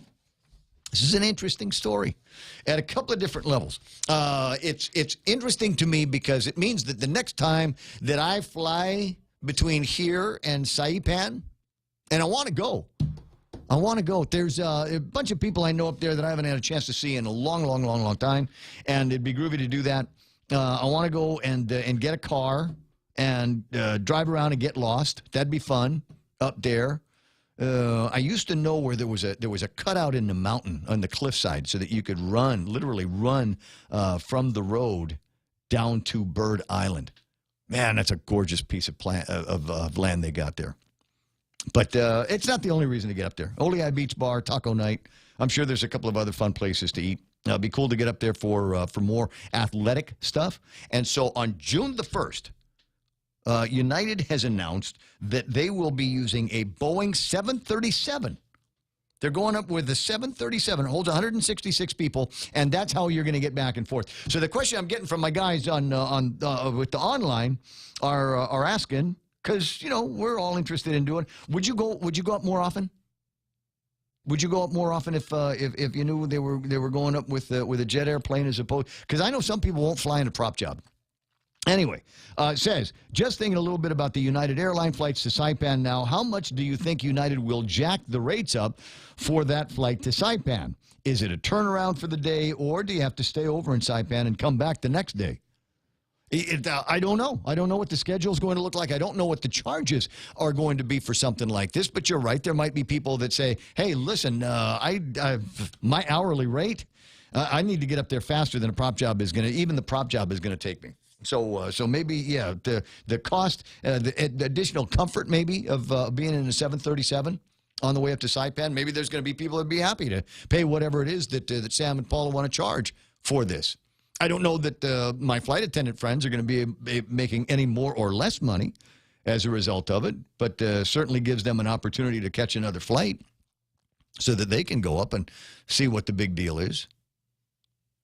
I don't think they're going to be doing any cart service. Maybe just the people in first class with the early morning mimosa. Huh? Those are always fun, isn't it? Would you like a mimosa? Lady, it's 6:05. Are you sure? You're in international waters now, son. You're flying. You can have a mimosa. Don't worry about it. Nobody will look at you. In fact, people will look at you funny if you don't take the mimosa, so you better just have this. So I don't know that there's going to be a whole lot by way of creature comforts on the airplane. I think it'll be just as comfortable as any other United ride that you've been on. But I don't know that they're going to be doing movies and carts and sandwiches and things like that. So it'll be interesting to see where this ends up. Now, the big problem is that in order to get the 737 to go to Saipan, it's got to go all the way up to Saipan. We're not stopping in Rota anymore. And the people in Rota are very, very concerned about this because they feel like they're just now getting to a point where we've got something that feels like tourism. And you know what? If we're not getting an airplane service up here as often as we did with Cape Air, this is going to be a problem for these guys. So I don't know. Lynn wants to know, is anything going to be done to remedy that situation with the compact issue? It seems like we're just going to keep talking about it, but nothing is being done to fix the problem. How hard can it be? Well, Lynn Vince, the problem is we're dealing with the federal government, and the other part of it is we're dealing. It's not a conversation that we get to have. So when they go out there and they negotiate these treaties, even though the primary benefit of the treaty for the residents of these islands is to be able to travel unrestricted anywhere in the United States of America, live wherever they want to live, it doesn't necessarily. We're not at the table. We don't get to sit in on that conversation. That's all dealt with at the federal level and agreements that we have to strike on our own with the federal government. And you're going, well, gee, how tough can it be? Ask the people in Hawaii how tough it can be. Now, Hawaii's a real state with real representation. They have people that can vote in the Senate in Hawaii. And they are not getting recompensed to the degree that, in fact, not even to the degree that we are. I think we get the lion's share of the $30 million that they carve out for that. But because it's the state of Hawaii, and because they have got so many different programs there, and the cost of delivering the services, the public services in the state of Hawaii, are much higher than they are here. Might be the same, might be talking about the same service, but because you're in Hawaii, you're in the state. They got unions there. They have paid parking there. Everything is more expensive. And so all of a sudden, the same service that we are doling out here for, $5 taxpayer dollars, in the state of Hawaii, it might be 15 taxpayer dollars. So their bill back to the federal government is much higher than ours, and they don't get squat either. They don't get the love either. And again, they're a full-blown state. So if they can't get satisfaction on this, how are we going to do it? 6,000, 8,000 miles away from Washington, D.C. The only time they even think about us is brown tree snake. And the only reason why they send money for brown tree snakes is to prevent it from going to Hawaii. Right. So there's the only time they think about us. Or when somebody's getting ready to bomb us or threatening to bomb us. Yeah, but even then, Even then they only think, and it's not. I don't mean to sound snarky when I say this, but even then they only think about the people that are on the bases. Yeah, sure. What about the civilians? There's civilians there? Yeah, really? You know, how many news articles did we see come over from the mainland that had to announce that people who live on Guam are American citizens too? 160,000 of us out here that are just trying to get along without having to pay the additional. So there's the answer, the short answer to that. What are we talking about? Sonny wanted to talk about mass transit, and that comes from the conversation that I had last week. And it's always a fun conversation. Personally, we talk about the GRTA, Guam Regional Mass Transit Authority here on Guam, like it's a real thing, and it's not. It's a bunch of buses that they rent from somebody else and drive around and pretend to have a public transit system. We need to have, if we're not going to do it at least as well as they do it in Hawaii, then I say abolish it. Just get those vehicles off the road, take the drivers, and have them drive tour buses or something like that, little trolley buses. Now, that's the real mass transit system on Guam. It's the trolley buses that, running around Tumon. Just saying, guys. Just saying. So in my mind, that's the solution to the problem is either fix it or get rid of it and find something else to do with those dollars. And my version of the fix, and it has been my version of the fix for a number of years, is we take the Guam education school buses that run between all of the Catholic schools, that run between all of the public schools that we have here on Guam, and we're going to start charging for those. And people are going to say, but we cannot because we pay the taxes and it's UMBI education for the children's and all of this. Everywhere else, if you've got kids that are riding a bus, they're getting charged for it. Private school kids might have their own school buses that will pick them up on a route around the islands or wherever and drop them off at the school that the bus is from, and that's it. But everybody else, that's public transportation, and you will pay for it. It won't be as expensive as everybody else, but if you figure all of the kids that we have we're sending them to school, figure out a way for them to get a monthly school bus voucher that they can use just for the months that they're in school. And that's how they get to school. They wake up in the morning and they go catch a bus, and they show the voucher to the driver, and the driver says, okay, sit down, shut up. I'll drop you off at school. Or I will take you to the nearest shelter for school. And if your other kid misses the bus, there'll be another one in 20 minutes. So they can still get to school right around the same time. And if you need to ride, if you're so dumb or unprepared or ill-equipped for school that you got to go to summer school, you should be paying for that anyway. And all of those drivers, we would morph them from DPW bus operations, and they would be our new GRTA drivers. And after a while, we'd stop ordering school buses, and we'd start getting regular old mass transit buses that meet all of the ADA requirements and all of the 1,000,001 things that they have to be compliant in order to be, quote, ADA compliant bus things. So that's my thought on that. And then we wouldn't spend any more money taking kids to school. We'd let the parents who are ultimately responsible for that have them take it to school. And you'll thank me for this later, Mom and Dad, because if the only means of public transportation is a Guam school bus, that means that you have to take care of all of the other transportation needs that these kids have, right? So after school, hey, I want to go to the mall after school. Well, that means that you got to meet them somewhere, pick them up, drop them off at the mall, orbit for a while, or stay with them, and then go get them later. But if we had a reliable mass transit system, after school, you don't go home. You go on the bus that takes you to the mall, hang out at the mall, and at sunset, go home and do your homework and eat dinner. And Mom and Dad can stay at work and use the money to buy these vouchers. See, it all fits perfectly in my head, but I don't know. I don't think there's the political will one way or the other to get off the dime on that. I do want to say, while I have an opportunity, thank you so much for being a part of the program and asking those questions. Sonny and Chad and Dave and Susan Bobbas. I see Felix Regis is there. Ken LG. What's Ken waiting for? He's waiting for me to bring up the editorial he wrote. Is that possible? I don't know. Wait, I don't know that we're on the same side on that. You've got a little bit more of a darker tone when it comes to the Manhita Farms. I'm going to wait until I see what happens over at the legislature before I'm all finished deciding on that. There's Denise. Lady D. Good to see you there. Catherine Wiedner. Is it Wiedner or Widener? I don't know, but I'm glad, I'm happy that you're there. Darlene Bloss, give your old man a hug for me. And Jonathan Bullwinkle and more. There are plenty of other guys that start their day with us here on The Point and the Facebook page. And then there's a lot of people that, I'm okay. I don't need the extra conversation. I don't need Ray saying my name. Go to thepoint.gu on the World Wide Web and watch us and listen to us there. There's a video feed that you can get on that page as well.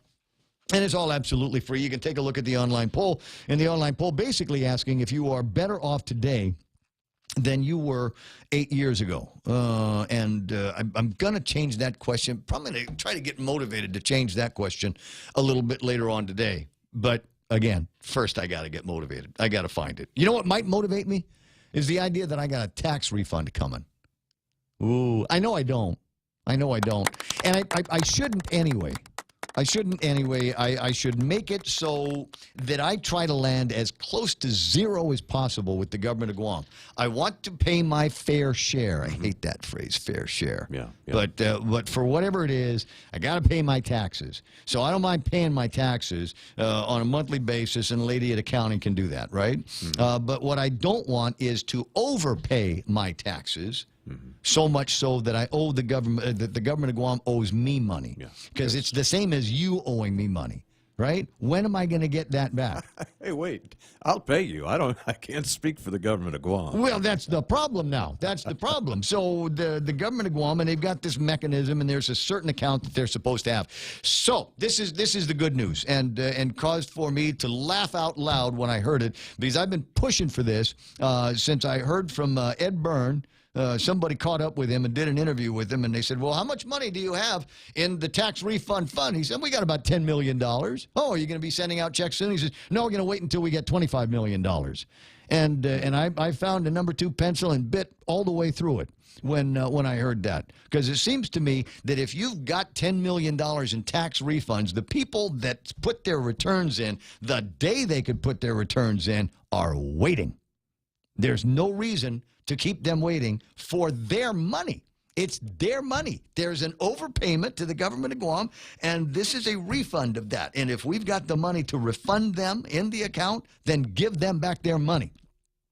And when I left the office on Friday, it didn't look like that was going to happen. When I left the office on Friday, I had people cheerleading, saying, come on, Ray, don't you know it's a cash flow issue with the government of Guam? Don't you know we got to pay this and do that with the other? You can't just, take this money. And I said, yeah, you can, because it's already in the account. Nothing else can be done with that money except pay it out in tax refunds. And there is no good reason to make anybody that you owe money to wait for it.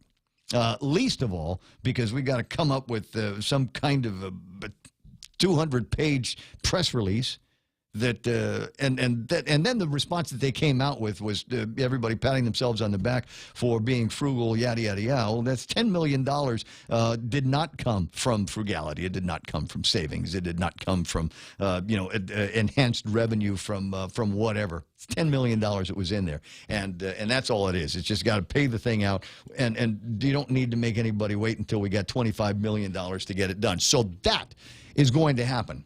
My strategy backfired.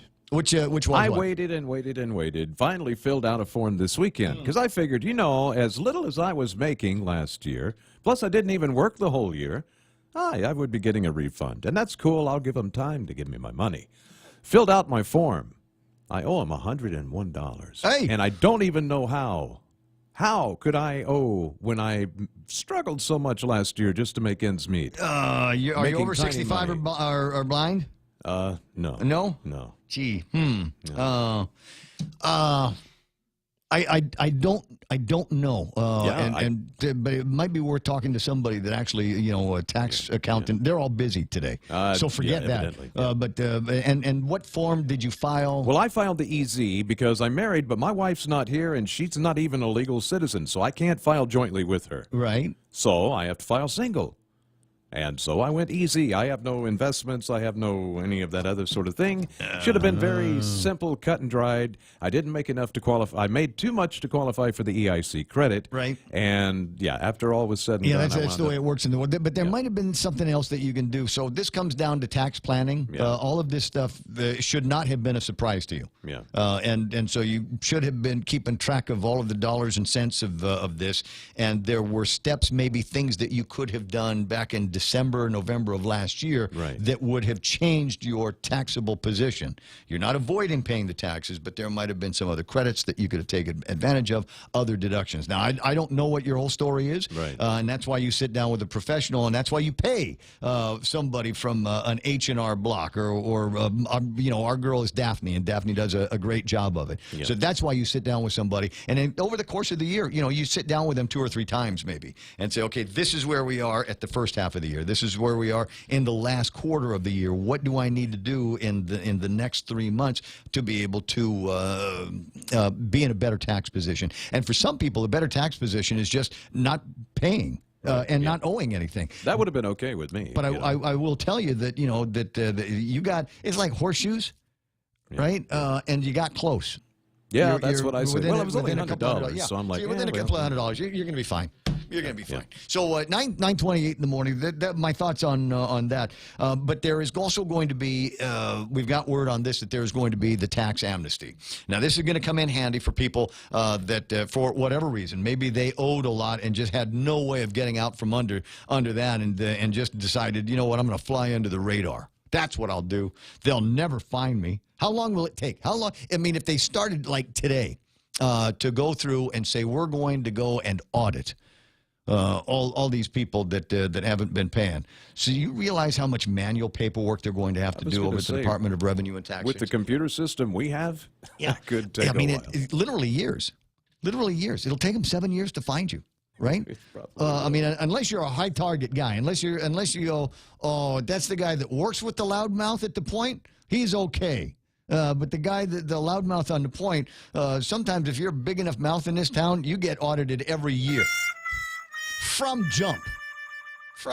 Just, hi, yeah, listen, you make this much money, you talk smack on the radio, let me see your return. They actually don't do that with me. But, you know, it's always something that churns in the back of your head, you know, weaponize the Department of Revenue and Taxation. But as I said, not happening now. So there's going to be the amnesty, and if you've been flying under the radar, hoping that you'll never, ever get caught, but you've got a guilty feeling, huh? Maybe that's what it is. I just feel guilty. When they put Mr. Camacho up on the stand on the television, I'm watching him. I feel guilty because I haven't paid my taxes. This will be your opportunity to just get straight with Jesus, get right with the Lord. I know you want to get up. It's Jesus Day. Yep. So if you just want to get right with the Lord on your taxes, this will be your opportunity to do it. You will not be charged any penalties. You will not be charged any interest, depending on when it starts and where it ends. And this could be an opportunity for the government to make millions of dollars. Let's call it there. I don't know exactly how much it's going to be. I mean, it's always been a crapshoot. They're talking. I've heard estimates as high as $20 million. So maybe that's going to be something good and make it so that they can at least have a few more dollars that go up. But I will say this, $20 million solves a lot of problems at Guam Memorial Hospital. $20 million will also solve a lot of problems at the Department of Revenue and Taxation.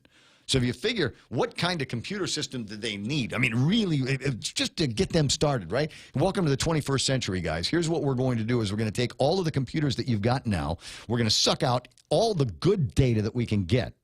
And then we'll eliminate the rest of it.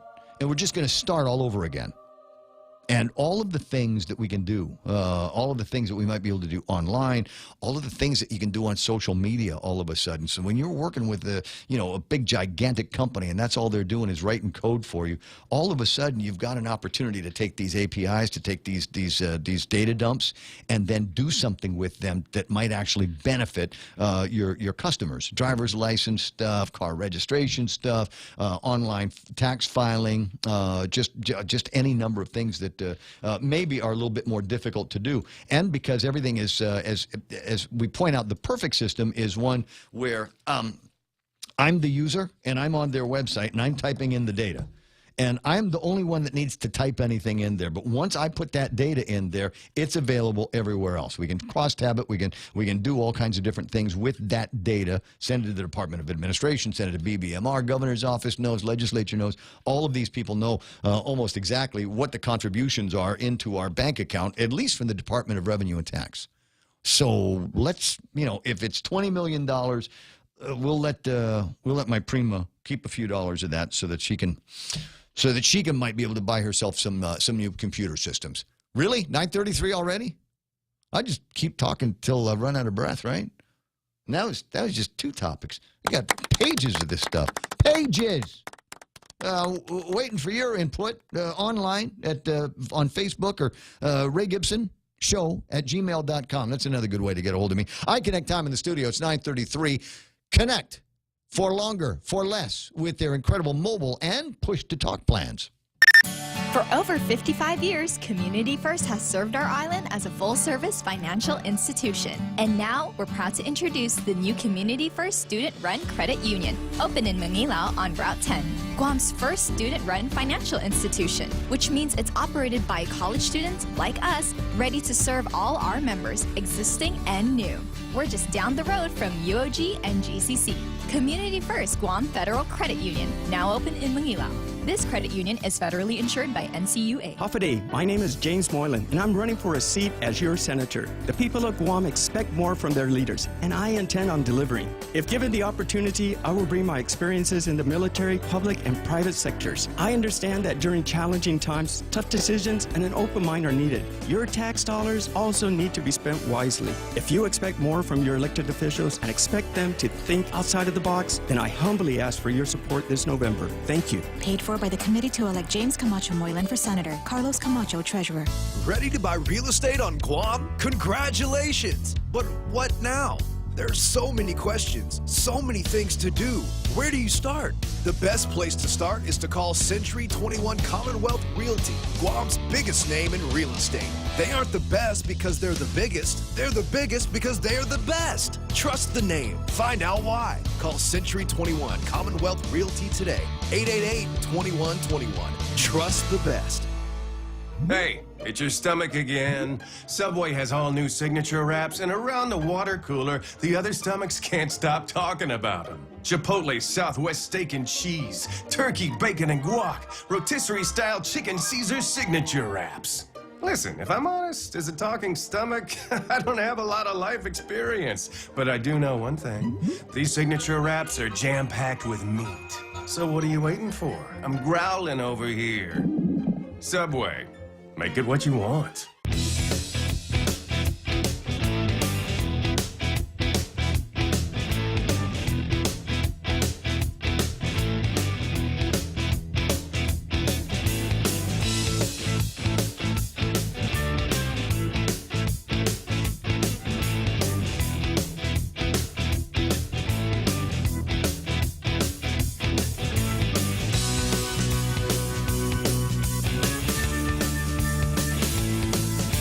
What do you want me to look at? You want me to look at something in the gizmo? What's it say?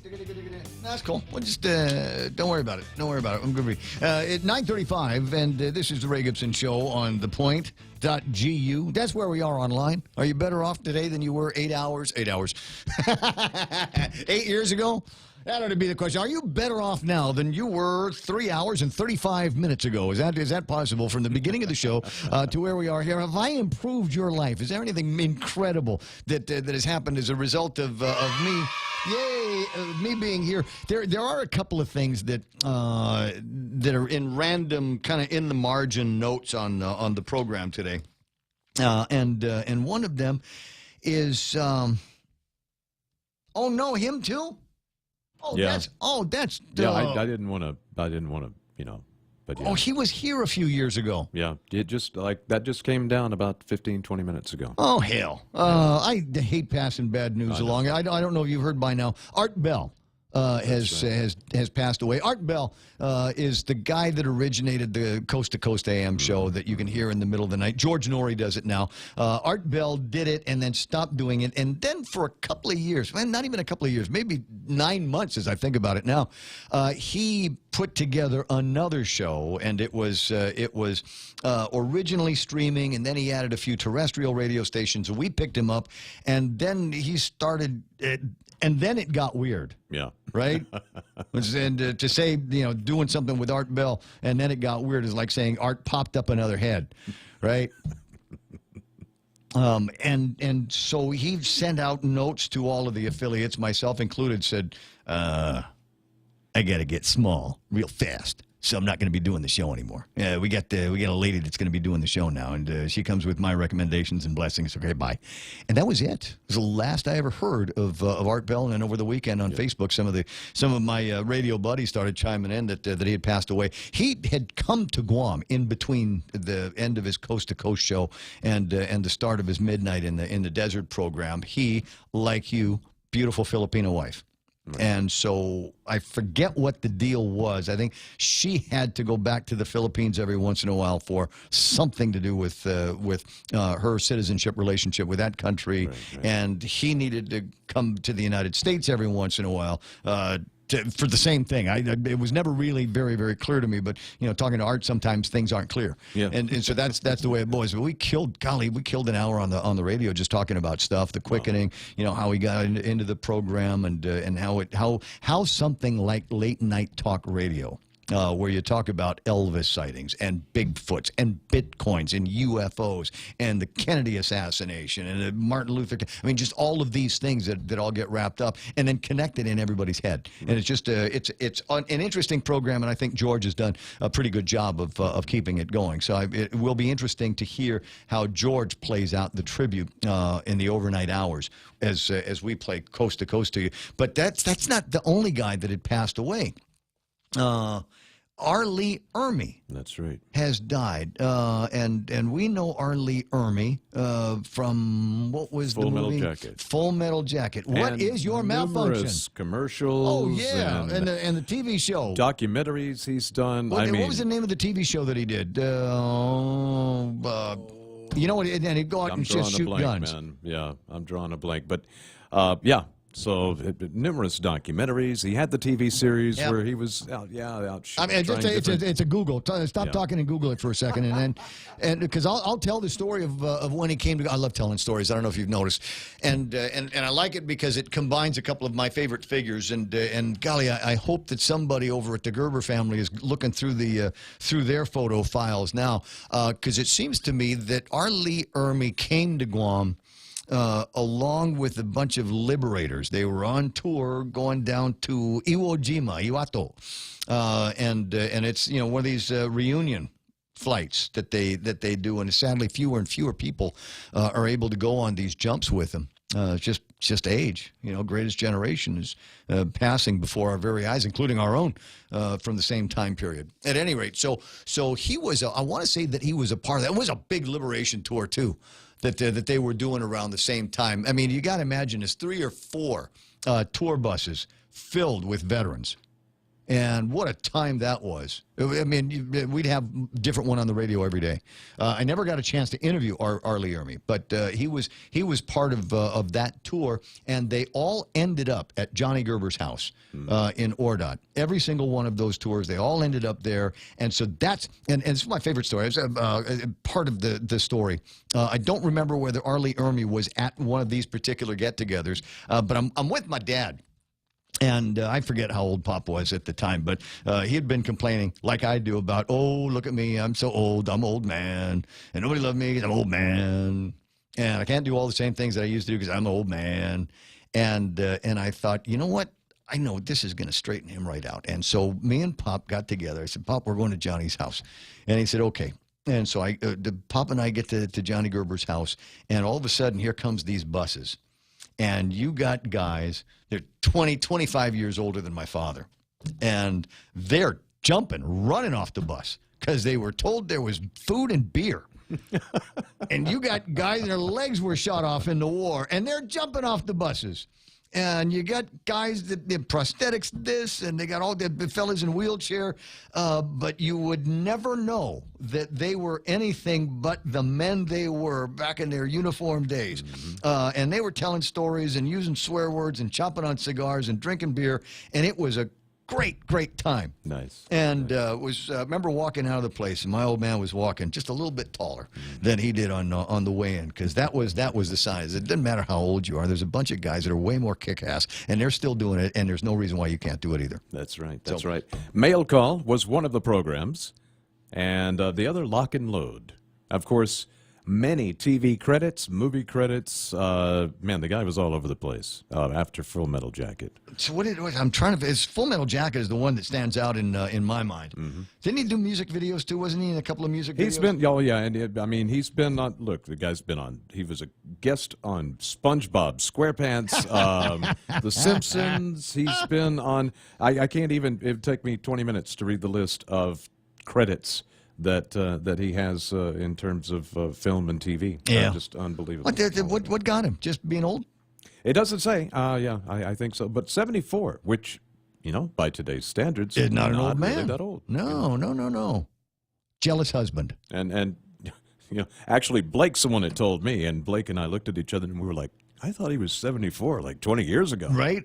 No, that's what it's going to be. It's a jealous husband, something like that. At least that's the story I'm going to tell everybody when it comes to me. 9:43 in the morning, so that you got that. The So Long Art, So Long Army, and it comes in threes. So who's on the death watch? Yeah, I haven't seen a third. Just wanted to say on the Wikipedia page, which of course it just happened. So, but it says complications from pneumonia was the cause of death. So I'm not sure, but that's what the Wikipedia page says. Man, I think pneumonia's in my head again. I talked to somebody. A friend of mine. We were talking about running, and he is not in his 70s. His wife is a nurse, and he was supposed to run the marathon, but had a flu a couple of weeks before, and even though he was recovered by the time it was time for the race, his nurse wife said, "Oh no, you're not." And he said, "Why?" He says, "She says because you'll get pneumonia." And at your age, there are more serious complications. Yeah. And I don't want to be your widow, so it's we're going to do something else that morning, and that's the end of that conversation. Personally, that's my favorite time to run is after I'm recovering. I find, I like to get active after I've been sick. Yeah. Makes me, clears things out. Anyway, so there we are, 9:45 in the morning. We're in the midst of tax days. Wanted to spend a couple of minutes with Marie Benito on the line, but she says, dude, I'm in meetings. It's going to be like this through the rest of this day. Maybe tomorrow we'll get caught up and find out how they're doing with returns. I'm looking at the roadway around the Department of Revenue and Taxation, and honestly, it looks very smooth. It doesn't look like there's anything going on. The usual amount of traffic is occurring on that stretch of roadway right now, so I don't think that'll be a problem for you. It might be tricky to find parking while you're in there, but I think it's going to be totally surprisable. Adonis Mendiola says, you look great on the run. Which run? I did two over the weekend. I did the EFIT run for Bang of Guam, and then I ran on the road yesterday. And if you saw me yesterday, then I'm surprised because I didn't see anybody on the road yesterday.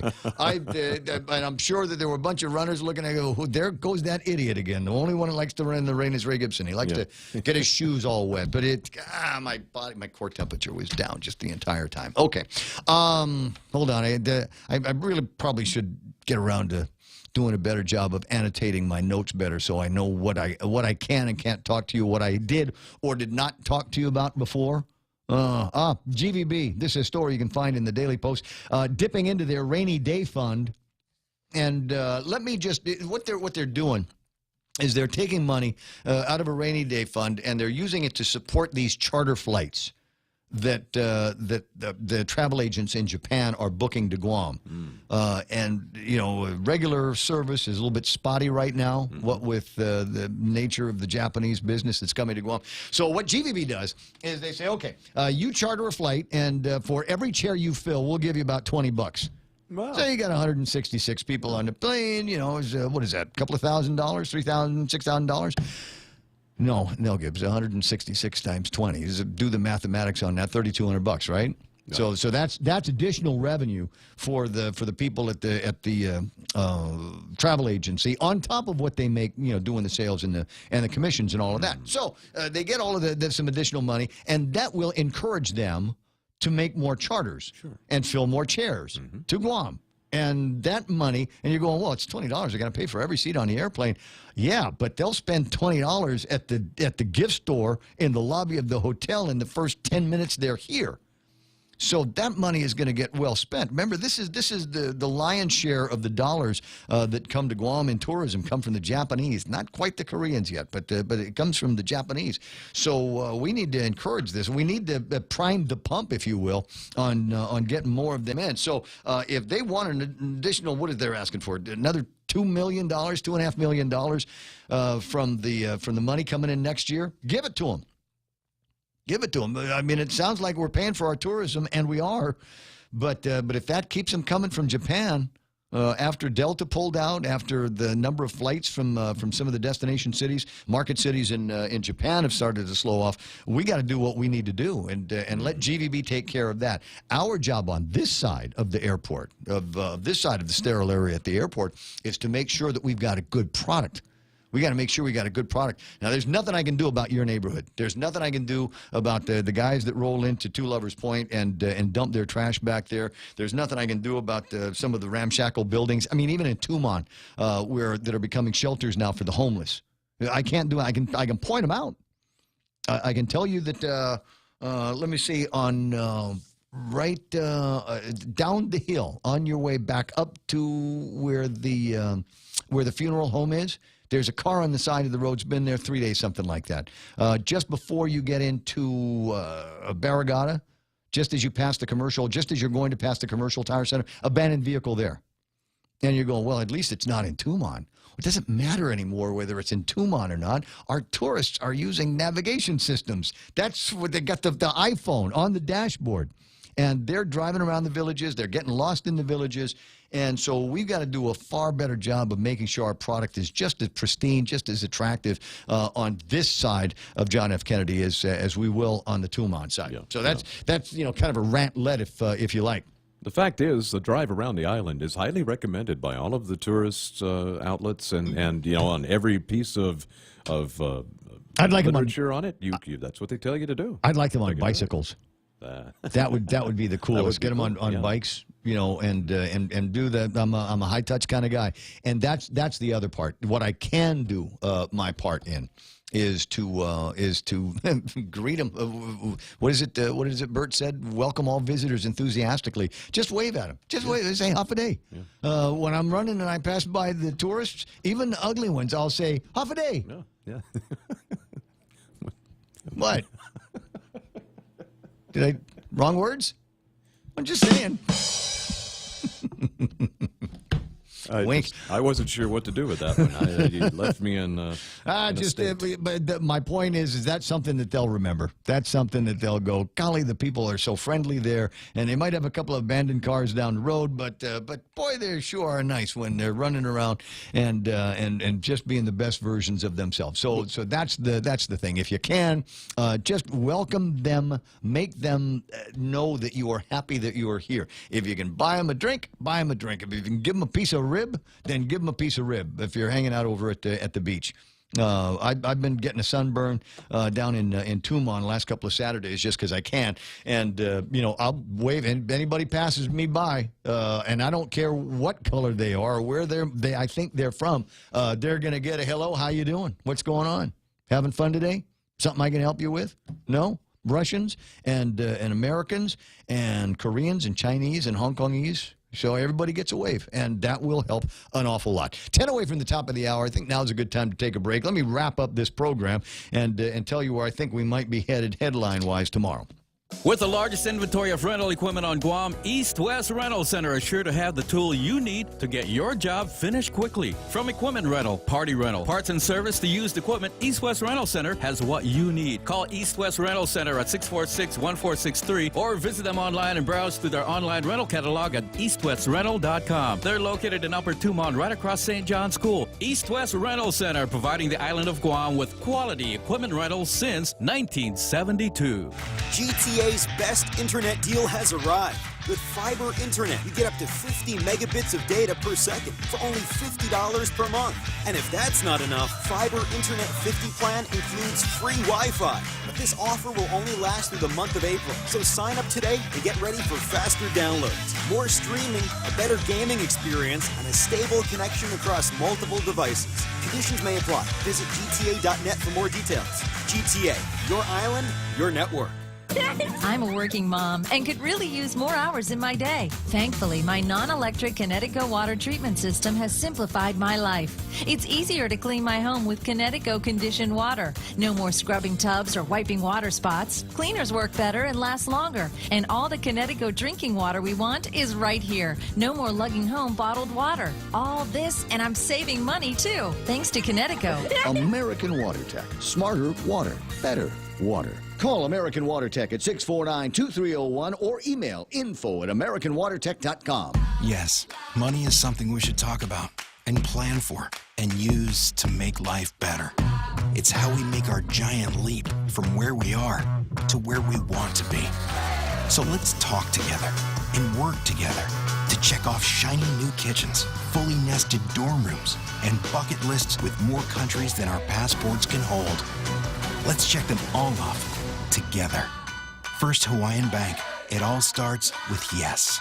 Member FDIC. Security Title is honored to join in sponsoring Ray Gibson on The Point. Buenas and Hafade, Guau si Claraming Lotnya of Malolo. And this is where I start my day, listening to the voices of our community and sharing thoughts about issues that affect all of us. It all boils down to our people and our land. Protehi ita notmu, protect your land. When it comes to your family land, remember to call the professionals at Security Title, just like you call Ray Gibson in the morning.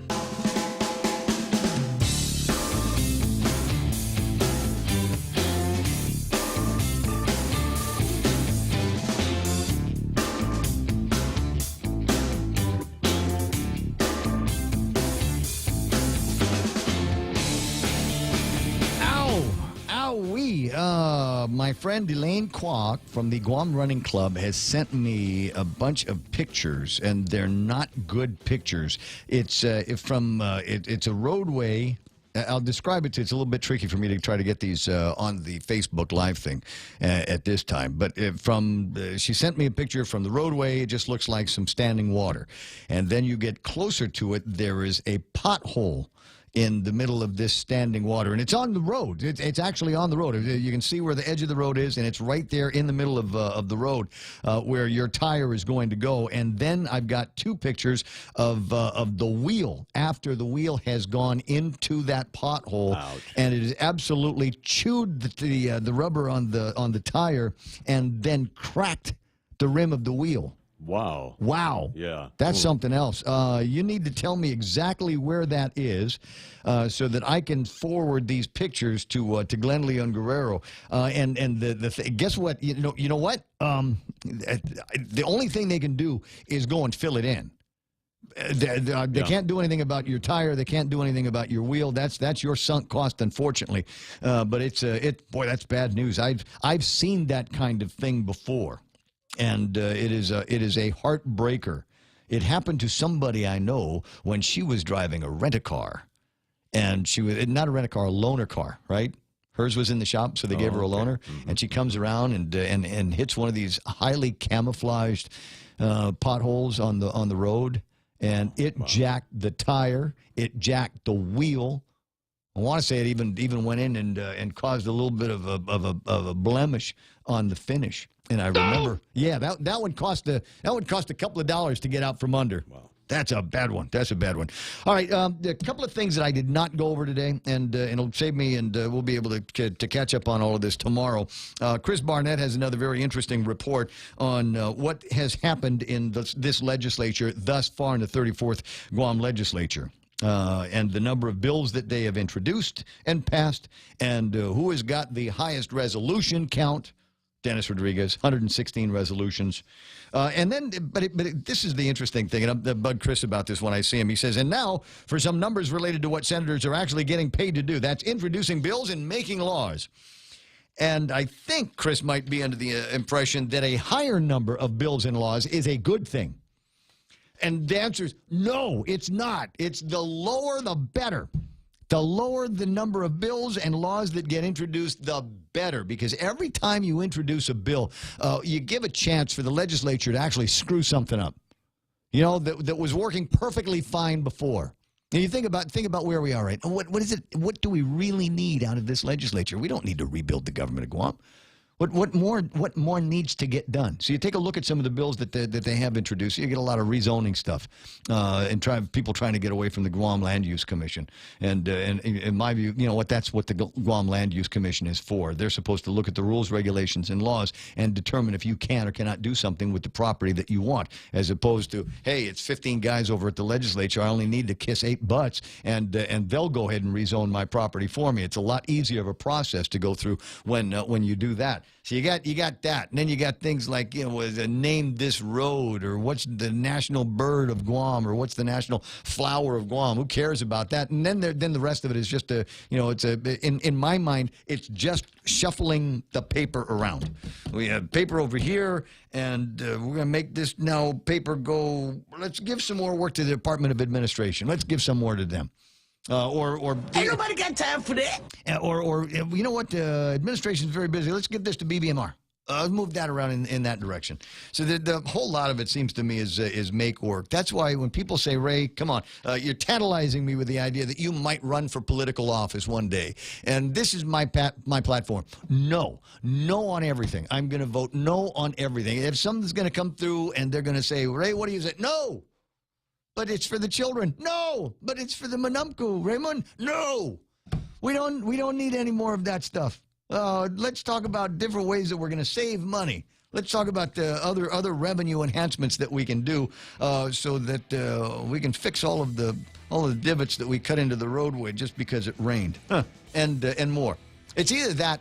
And then when I'm done saying no to everybody, then I'm going to start going back and repealing certain kinds of legislations. Maybe we'll make it so that people that 18 years old can drink again in a bar, or that a bar can sell. We can sell a glass of beer to somebody that is not inebriated after 2 o'clock in the morning, and find ways to prevent people that are inebriated from doing that. It's 9:59 and change, would you believe it? 10 o'clock in the morning, and Fox News Live is coming up next. On the other side of that, we've got the Saturday-Sunday lineup on our Monday talk radio list. Kilmeade and Hannity and Limbaugh will return to the radio tomorrow. We are KUSG Agana. Stand by now for Fox News Live.